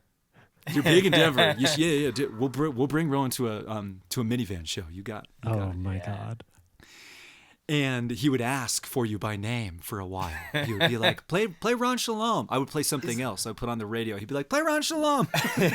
When we were going to dinner in September, is that who you put on? And that's what I'm about to talk. We were going to dinner, sorry. and Gus is riding in the car next to Rowan, and he's like, put on some tunes. And I put on your music, and Gus is kind of like, maybe something like a little more, party oriented, a little more upbeat.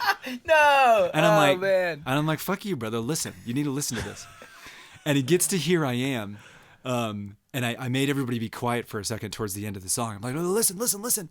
When you go, bellies, farts, could start a small fire. And as soon as you sing the word farts, Rowan is like, my child is just cackling. I do remember that.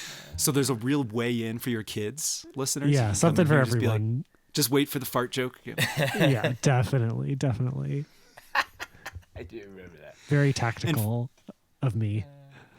And finally, in that same section of the song, it's towards the end, everything gets a little quieter. The piano is very muted.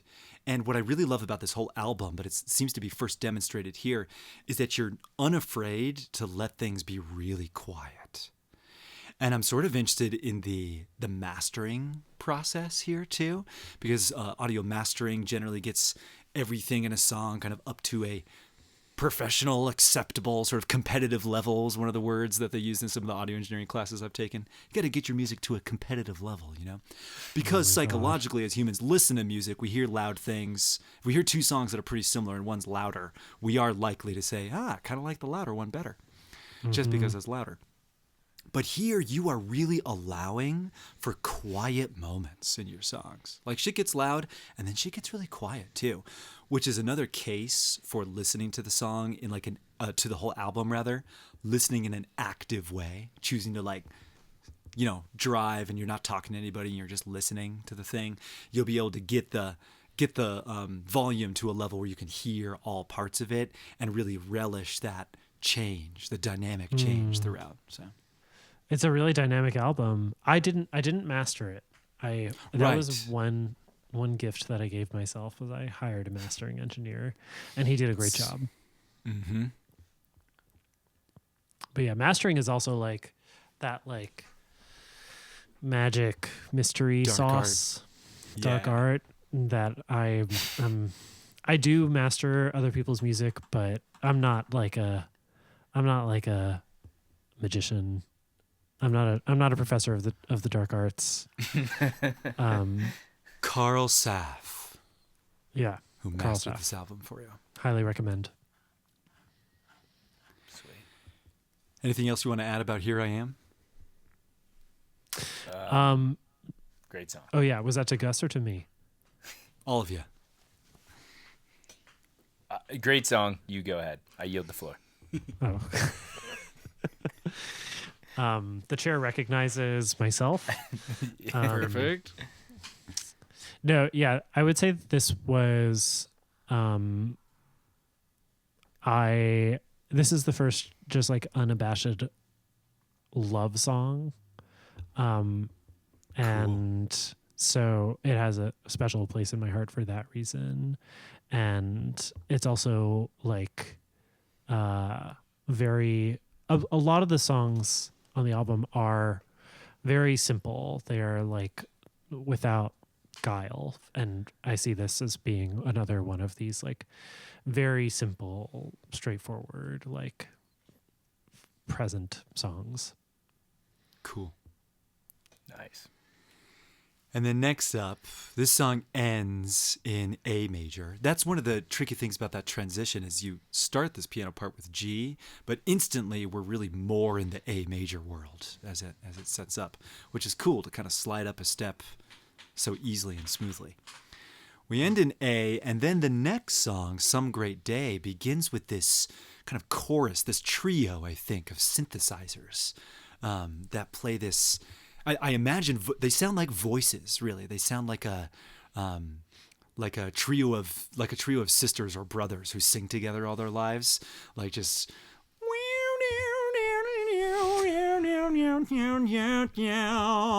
And they start in the same kind of A major-y world, but then quickly end up in an E major world. But then Some Great Day is moving through this. There's a lot of E suspended, resolving to E minor, and then it's E major, and then it's suspended, and then it's minor again. It's really like shifting around a lot of weird ways. And again, similarly like the trio of synthesizers or trio of Rons comes in and sings. And I love the way that they're balanced kind of in the pan and just spatially. They sound really nice together. It's not totally clear like who is the lead voice, they all really just blend well together, which is always a thing I'm looking for in music actually, because I find a lot of music puts a lead vocal really far in front and all the harmonies very obviously in the back. I love it when we get to hear harmony as equals to each other in the mix. Yeah, another space for ambiguity. Right. Yeah, who cares if they don't know what the melody is? They're going to hear all the notes. This song includes whisper rap, I think we could safely call it, where Ron is no place to be, nothing to do, bullshit, forget this empty room, and it's everything gets stripped down. There's just bass, and there's this snap. There's this snap with perfect reverb. Oh, you got a good like snap. Hire me for your next album. I will.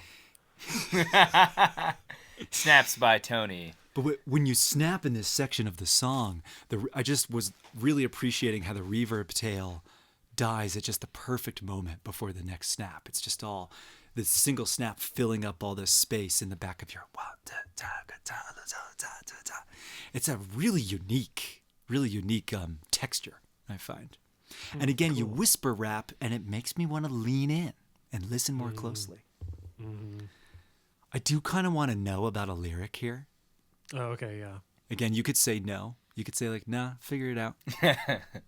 But in the second like verse of this whisper rap, hi, how are you? That's great. I'm doing great. Laughing by myself, something, something, something, masturbate. Yes. You got all the important stuff. Okay, so fuck it. You got to listen to those little details. Listeners, if you can get in there and find out what does he say in between laughing by myself and masturbate, who knows? I think it's another moment where I would listen and be like, he's gonna say masturbate. I can't focus on anything else. I know fart is coming. I know masturbate is coming. There's all Just wait these till juicy Rowan Easter starts eggs. asking for that lyric. Yeah, yeah. That's great. No, the lyrics are nothing by myself, eat, watch TV, masturbate. Nothing by myself. Sounds like a good- watch TV, eat, Sounds like a masturbate. good Yeah. weekend. There you go. Just the other healthy self-care activities. You know? I mean that unironically too. Like, so I meant serious. it sounded like a good weekend. And then finally at the end of this song, I really admire your breath. Your breath control is on full display throughout the album, I think. But right here at the end, you're singing, some great day we will find purpose and rhyme, the right words to say.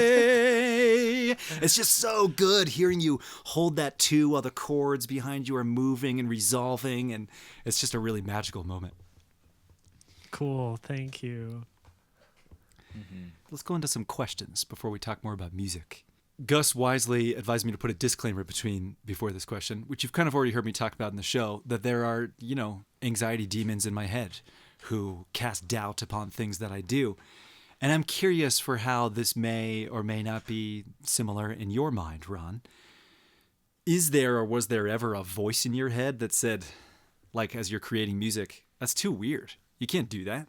Nobody wants to listen to this. No one wants to watch this or whatever it is. My voice is usually the opposite voice, that it's not weird enough. And which I think the takeaway from that is don't listen to those voices. No matter what they all- say. They're all constructed from yourself and do not pertain to the outside world. So yeah, but I have voices if that's what you're asking. Right. Cool. But the voices were not, is this too weird? They say different things. They say different things, yeah. I love that. I think that is the simplest and sanest advice as well, which is you don't have to listen to them. Don't listen to those guys. I also want to talk about singing.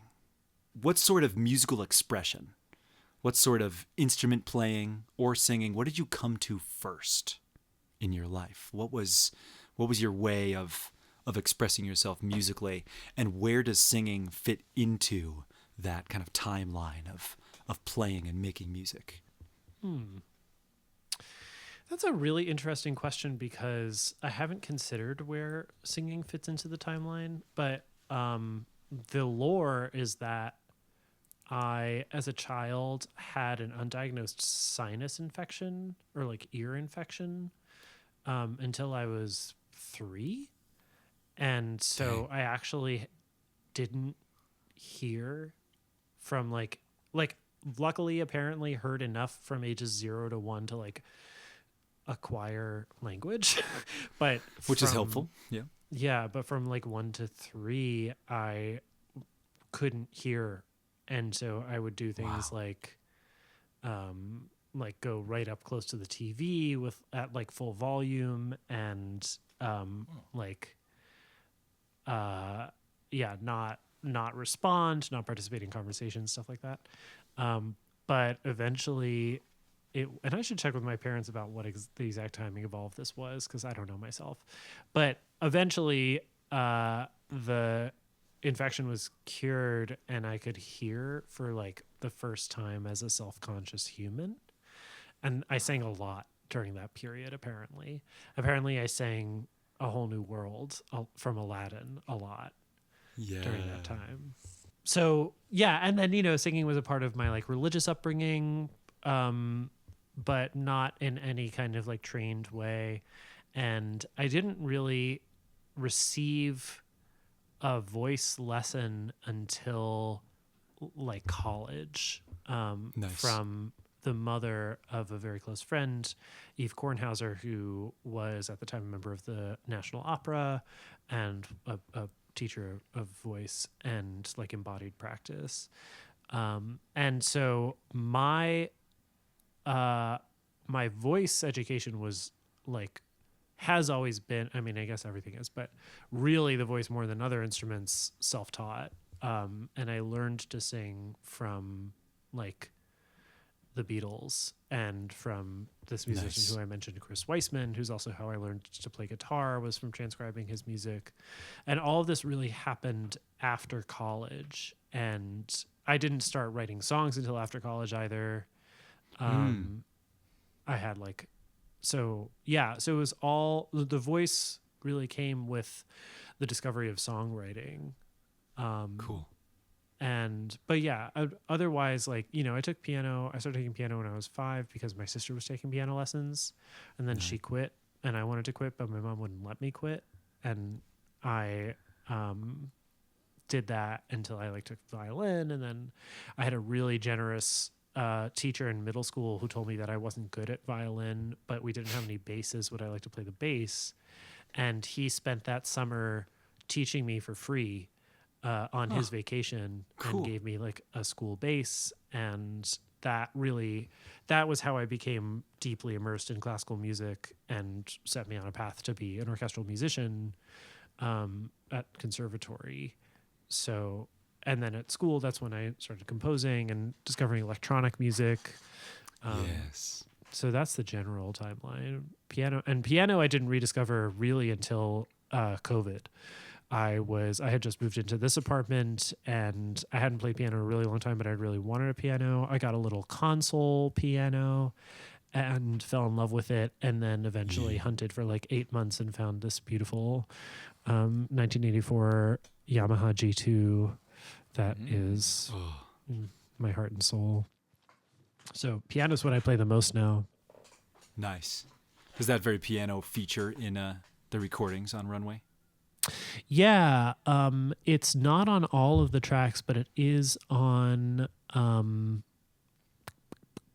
It's on "Thoughts Escape Me," and that's it. Actually, it's just on "Thoughts Escape Me." Thoughts Escape Me has those cool piano lines too. Let's start talking about music again. We're back. So right after Some Great Day, we come to Dream Run. I really, really like Dream Run. Dream Run, again, it starts so quietly. After I've set a level that I like in my car for the volume to listen to, I get to Dream Run and I'm like, it's not loud enough. I need to turn it up. I want to hear this. I want to hear this first verse, And where Some Great Day ends on B major, I think, the dominant of the key it was in, Dream Run begins with a B minor chord, I think, or maybe some add twos in there or something. And that's a lovely transition from major to minor to kind of get us into this dreamy world. And Dream Run is this really, really, it's a longer song.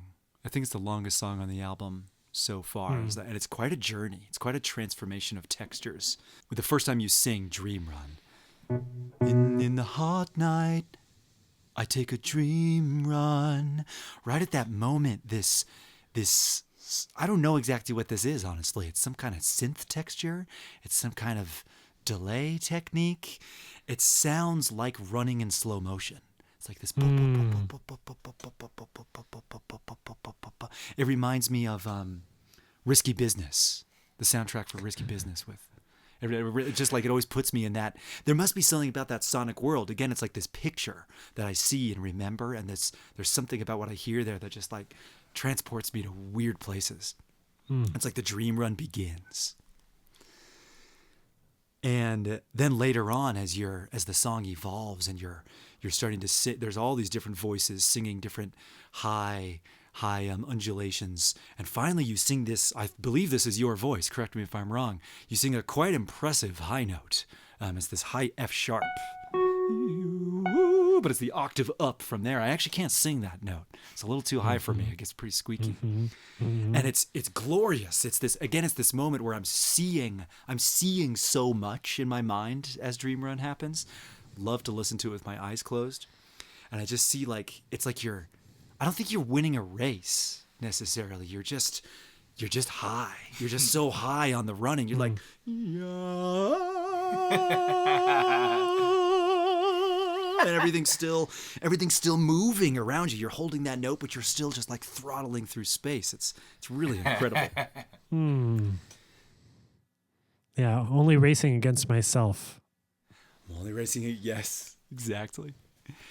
Well, here I wondered if there may be nothing to say in words about this, but with Dream Run, I just thought so much about the Cormac McCarthy essay we read and the unconscious and the desire to try to understand it somehow. And I think we could safely assume that sort of line of thinking influenced the creation of this song. And is there anything else you want to connect or hint at there? Yeah, I mean, again, it's a song that is funny for me to talk about because it was written quickly, and the imagery is clearly unconscious. Yeah. But it also Clearly has unconscious. I like that. has to do with the unconscious in a way that I like. I don't think I've ever discussed the lyrics, so I haven't had to analyze them for myself, despite how many times I've sung them. Don't worry, I didn't even try to write them down. But yeah, it's good. I guess for me, it's also about Some Great Day and Dream Run are about COVID too. And they're about the emptiness and isolation and desperation of those times. And Dream Run is very much about exploring an empty urban landscape. Right. Which I think, I believe I had this thought back during the early days of the pandemic. It reminded me of other pictures that are stuck in my memory from zombie movies. And zombies have destroyed all the humans, and there's just this big empty city.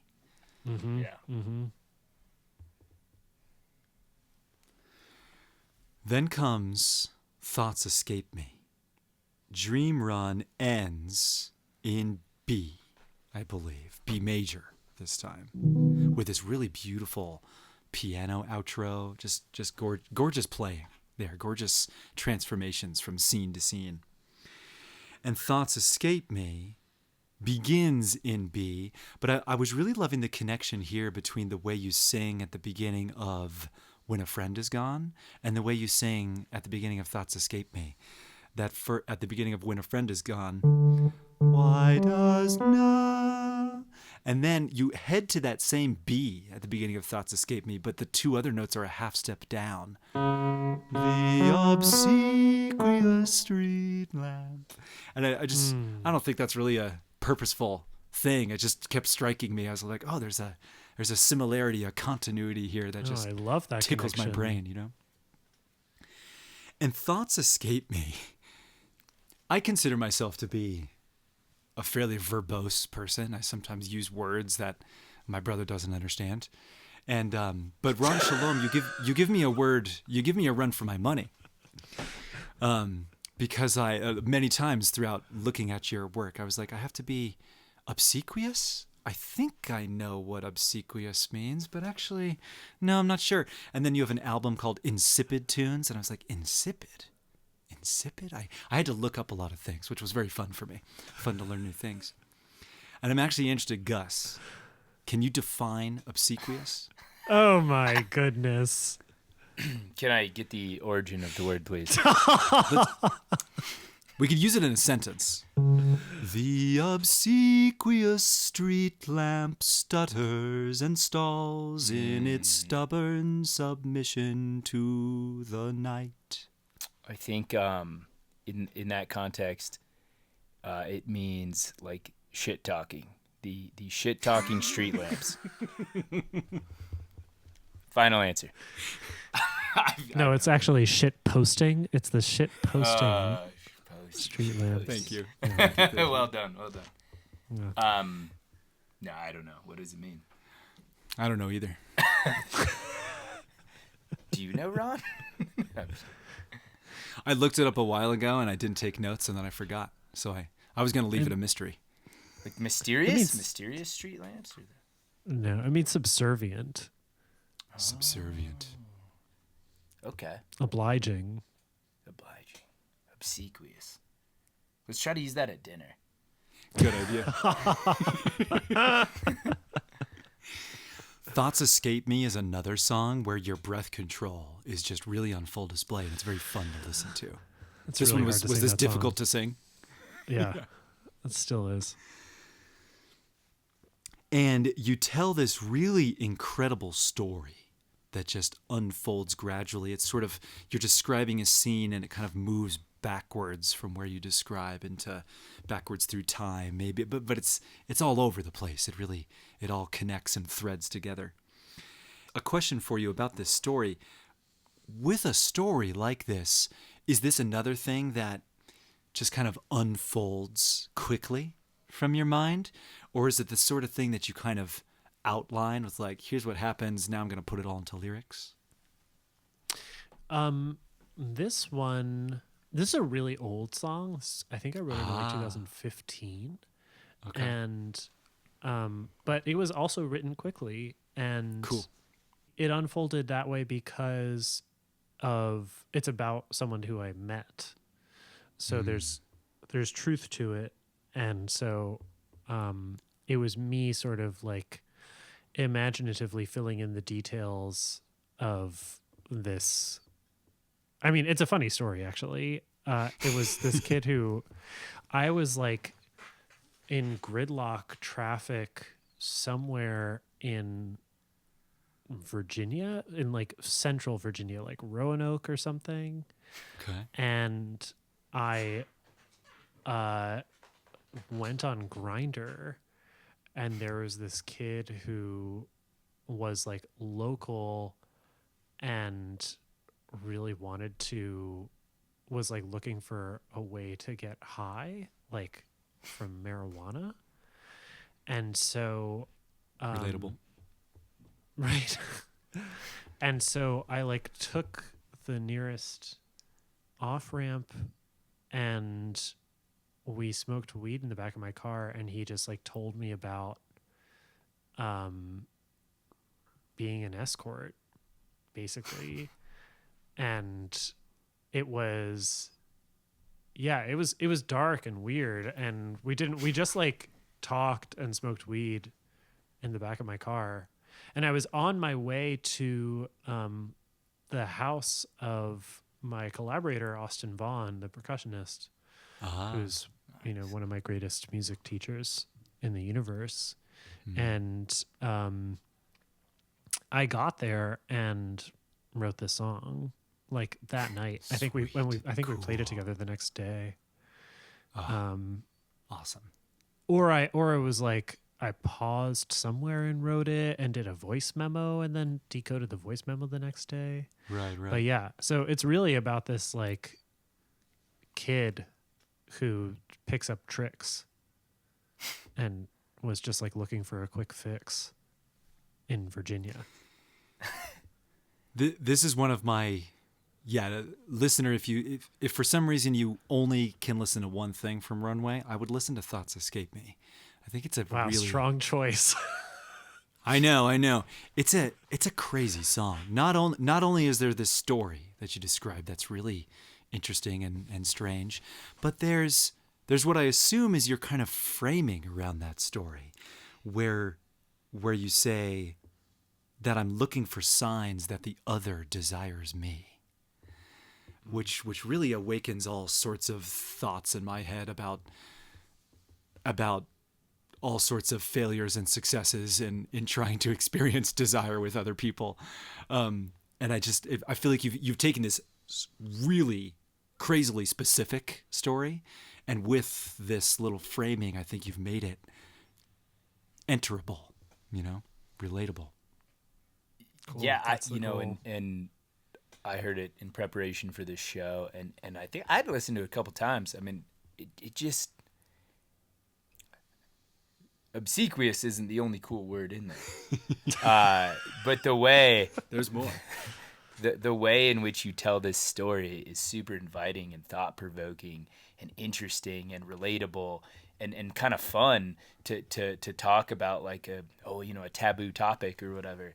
And I was fascinated with it. So I second Tony's kind of praise of the storytelling of the song through various mechanisms. Yeah, farts, masturbation, and sex workers. Yeah. Well, Just when you re- put it like that. Just real Is stuff. that the title of this episode? That's a good idea. Oh yeah. We'll get a lot of clicks. Next on the album is the title track, Runway. And for both Thoughts Escape Me and for Runway, I just wrote in my notes, stories! ! Because you're such an appreciator of stories, I think, Ron. You cherish them and you craft them and you let them flow through you. And here in Runway, we don't have a story so much as a kind of commentary upon stories. I wrote down some of the lyrics that I thought would be nice to share in light of our discussions about the unconscious as well. And first, we've examined Socrates and the writings of Plato several times on the show. And you have a line here that I think could have been sung by Socrates himself. And who can benefit from some understanding? And who here won't admit that theirs is lacking? Socrates has a lot of things about one of the greatest mistakes a man can make is thinking that he knows something when he doesn't actually know something. I just found a nice synergy in the way you phrased that here. Yeah, I'm pretty much an ancient Greek philosopher. Yeah. I'm really glad you were able to see that. Stories bring us together and drive us apart. Stories amplify our spirits and destroy our hearts. Those two lines just really encapsulate a lot. This song hints at all sorts of disasters, human-created disasters, climate change, probably chief among them. And you're kind of asking, is there a way out? Is there, or just what will happen? How will we get through this? Will we get through this? And one of the most kind of weird and wonderful moments in the whole album comes up where a new voice comes in to sing. Is this also Cassandra or is this someone else? Yeah, This it's is also Cassandra. Cassandra. But she sounds much different than she sounded anywhere else on the album, I would say. The engineering of her voice here really, it's sort of like it puts her in like the next room over from the song Runway, it feels like, which is very awesome because you're wondering, right? You're asking, it's like who can we trust or something? Do you remember the line that is right before she sings? Well, who can benefit from some understanding and who here won't admit that theirs is lacking? And then she sings, well, maybe you know something I don't know. And then you come back in and say, well, maybe if I listen, we'll survive. And you go to this falsetto that it almost sounds like your voice is cracking slightly. It's totally just a little bit. cracking. Yeah, it's Cracking a lot. And I love this. I actually wonder, did you do a lot of different takes of that, trying to figure out like, do you go into a moment like that thinking, I know how I want this to sound? Or do you kind of sing it a couple ways and then go like, that one, that's perfect? You know, it's funny what things I'm precious about and what things I'm not precious about. I don't know if there's any method to that, but in this one, I think it was like, whatever comes out is what it's going to be. And the point of it is not that it needs to be something in my head that I'm like executing. Nice. So Cool. yeah, now in performance, I like make a that. point of breaking on that note. Nice. Nice. And it's another moment on the album where I feel like the serious and the silly just cohabitate beautifully together. Mm-hmm. And finally, the album ends with Life in the Telling. And this, I don't know. Maybe listen to this one too. This song will teach you a lot. Okay, if you're gonna listen to one song, listen to all of them. Just listen to all of them. Because at first you're singing and then the guitar is echoing you. It's kind of like this round almost coming together. There's this incredible rhythmic precision throughout this entire track. I suspect there are some mixed meter things somewhere, sevens or whatever it may be. We asked the Yellow Jackets last night. We saw them perform, and I'm like, what was that? You know that song here? Like, what? How did you feel that meter? And he's like, 7. Slow 7. And that was all that he had to say about it. And so there's lovely rhythmic details. There's, just like you can listen to Ron sing some incredible harmonies on very complex, interesting words like prophecy or toilet bowls are good samples of things. There we are. We're back to the highlights. Farts, masturbation, sex workers, and toilet bowls. Yes, thank you. Put And that then on a t-shirt. And there's this lovely stuff at the end where you're doing these melismas. What does this picture remind you of? And you start to slowly like bring in auto-tune to your voice as like a new texture. And it's just another. There's so much textural journey in your music, and there's no exceptions to that. And so I didn't mention for the last couple songs that they have these key relationships, that Dream Run ends B major and then goes to a kind of B modal thing for Thoughts Escape Me, but then ends definitively on an E major chord.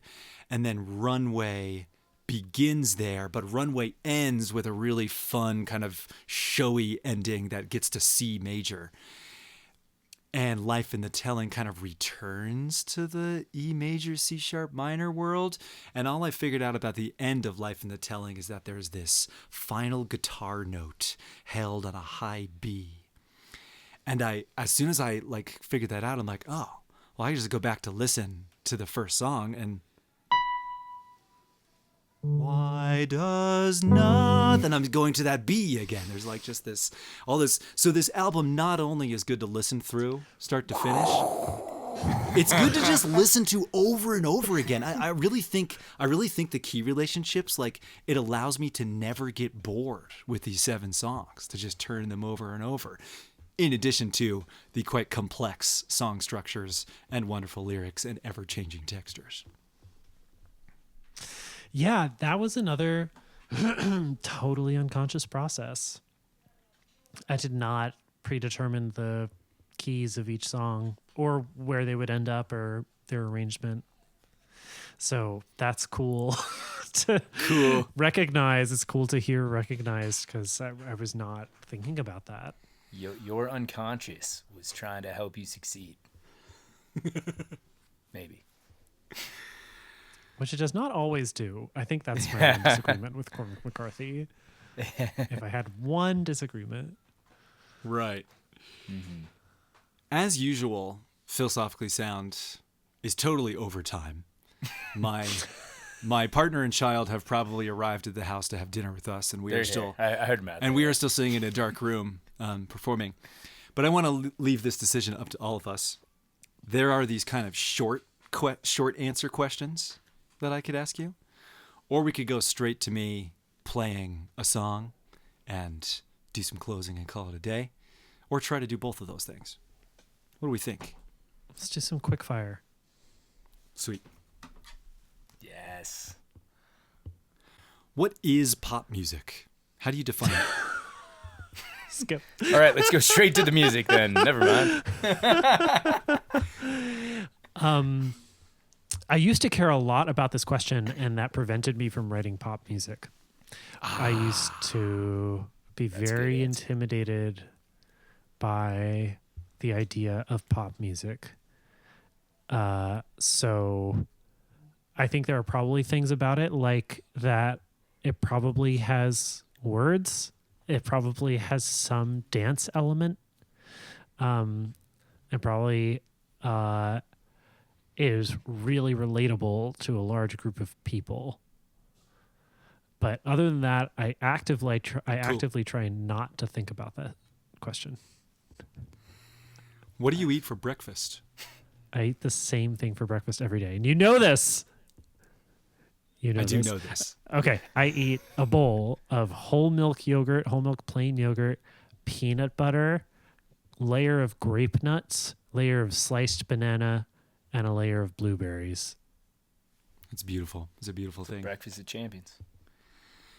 We're going to ask a bunch of favorite song or album questions. Right. Okay. We know that, like, do favorites actually exist? Not really. Not in But we're this going to world. pretend that they do as you answer these questions. Okay. What is your favorite song or album for cooking? Cooking, I'm usually, I'll usually put on a vinyl record, which means that I'm very likely to put on something from the 60s or 70s. And I'm going to say Roberta Flack, Feel Like Making Love. Yes. What about for driving? Oh, there's so much good music to drive to. Most recently, I love driving to the album Sun Tub by M.L. Book. Especially winter driving, especially daylight driving. We're going to be starting a Sweet. big list here. We'll have to make a playlist. Yeah. Oh, nice. What about in the background of a party? I'm the worst person to ask that question to. You do not want to hand me the aux cord. People who hand me the DJ aux cord Buzzkill. within 30 seconds are looking at me like, bro, what? This is not the vibe. This is not the right vibe. And like are now trying to find a way to like politely ask for the aux cord or Bluetooth connection back. Don't ask me that question. What about your favorite song or album to have sex with someone new? I don't believe in spicy. music for sex. That's a good answer. Good answer. Anti. What about music for running? Wow, I used to run, but now I just try to gain weight and bulk doing weightlifting. Cool. But when I used to run, when I was a very different person in high school, I love to listen to Jason Robert Brown. Yes. Oh my goodness. Did I just hear an alarm start ringing? Yeah, let's go.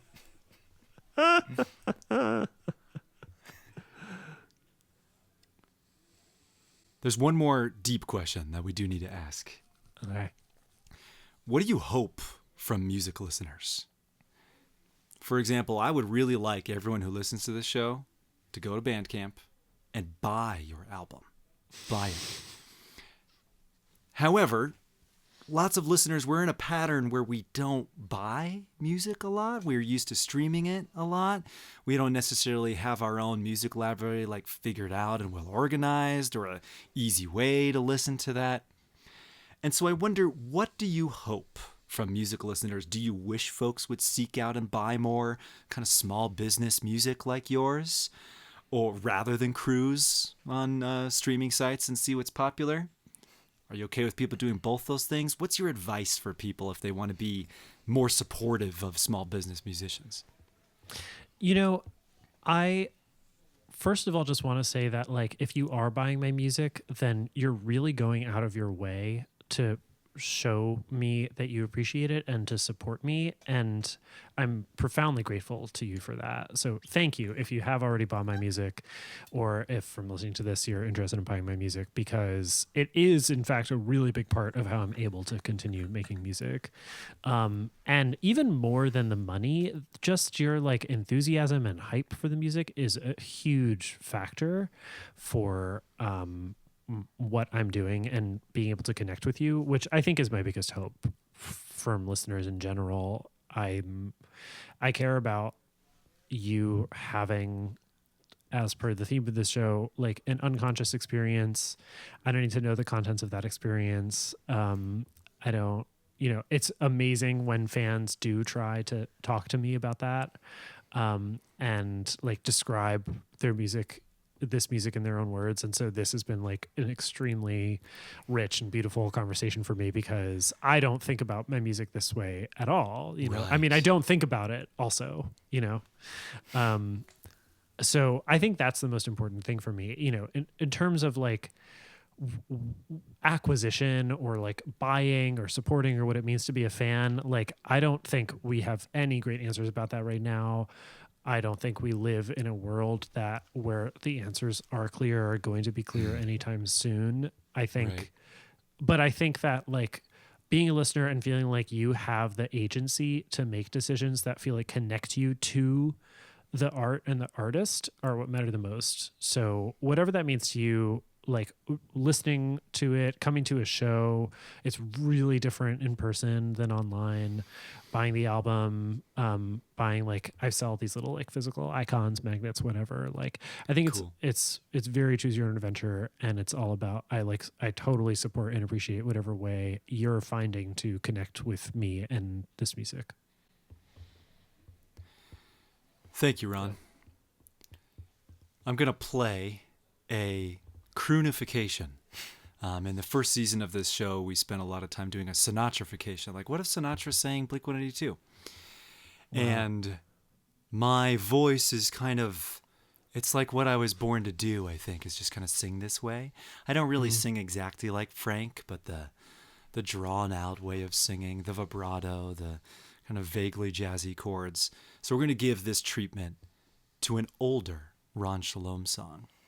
Because I will tell you, I will state it loud and state it clear for all to hear. I love insipid tunes. And Insipid Tunes is the name of a Ron Shalom album. And saying this is also really fun because insipid means like tasteless, kind of plain.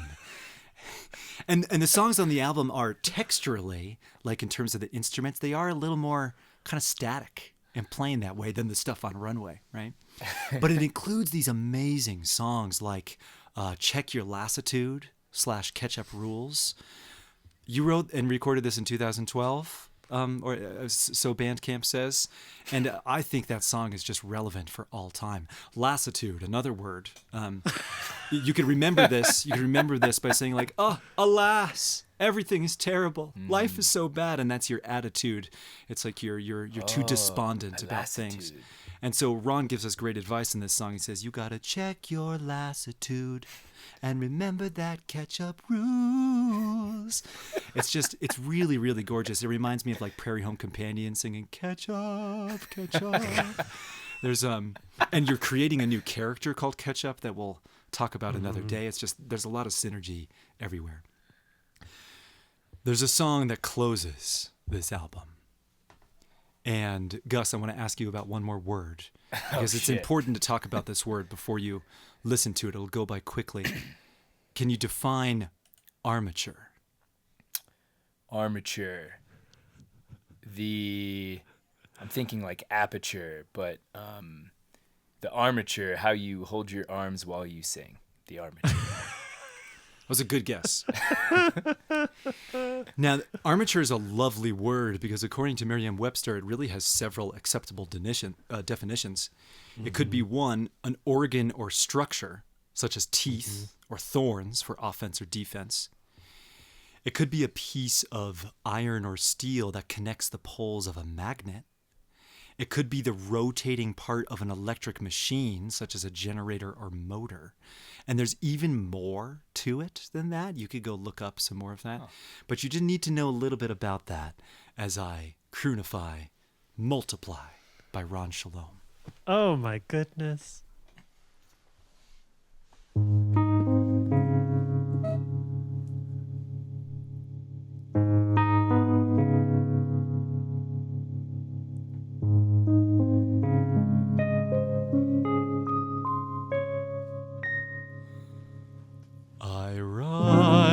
Scripture that becomes the armature of song, or write a verse and chords and sing along. If music you dare to conjoin with prayer, you must subdivide, supermultiply. You must be alone, must turn off your phone. Let go all and then let it come. come to you. Let it come to you. Let it come to you. Let it come to you. Let it come to you. Let it come to you. Let go the world.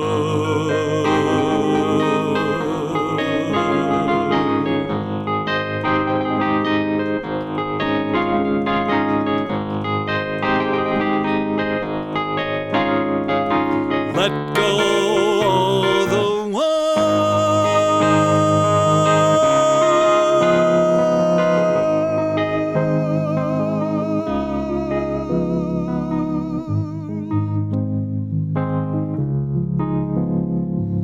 Let it come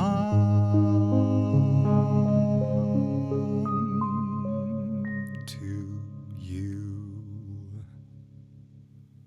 Oh my goodness. Wow. Oh, that is so deeply meaningful to me. And I love your voice. Oh my God. Thank you so much for singing that song. No one has ever sung anything off of that album back to me ever in my entire life. Oh my God. Tony, thank you so much. Thank you, Ron. Thank you very much. I'm trying really hard to keep my cool right now. We promised that I we don't need would. to.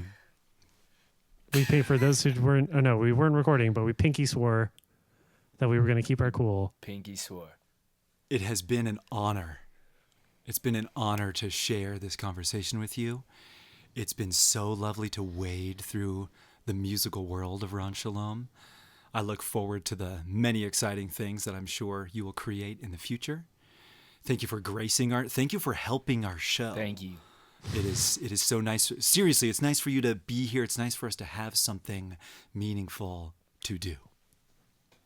This was such a meaningful and wide-ranging conversation, and I am so grateful to you for initiating it. And yeah, it's wonderful to talk about music with you and philosophy and life, and I can't wait to sing together again. Yes. Roses Are Blue, the recording that we worked on together, is coming into the world soon at the time of recording. So we may, if that comes out in time, we may drop a link in the doobly-doo for this episode.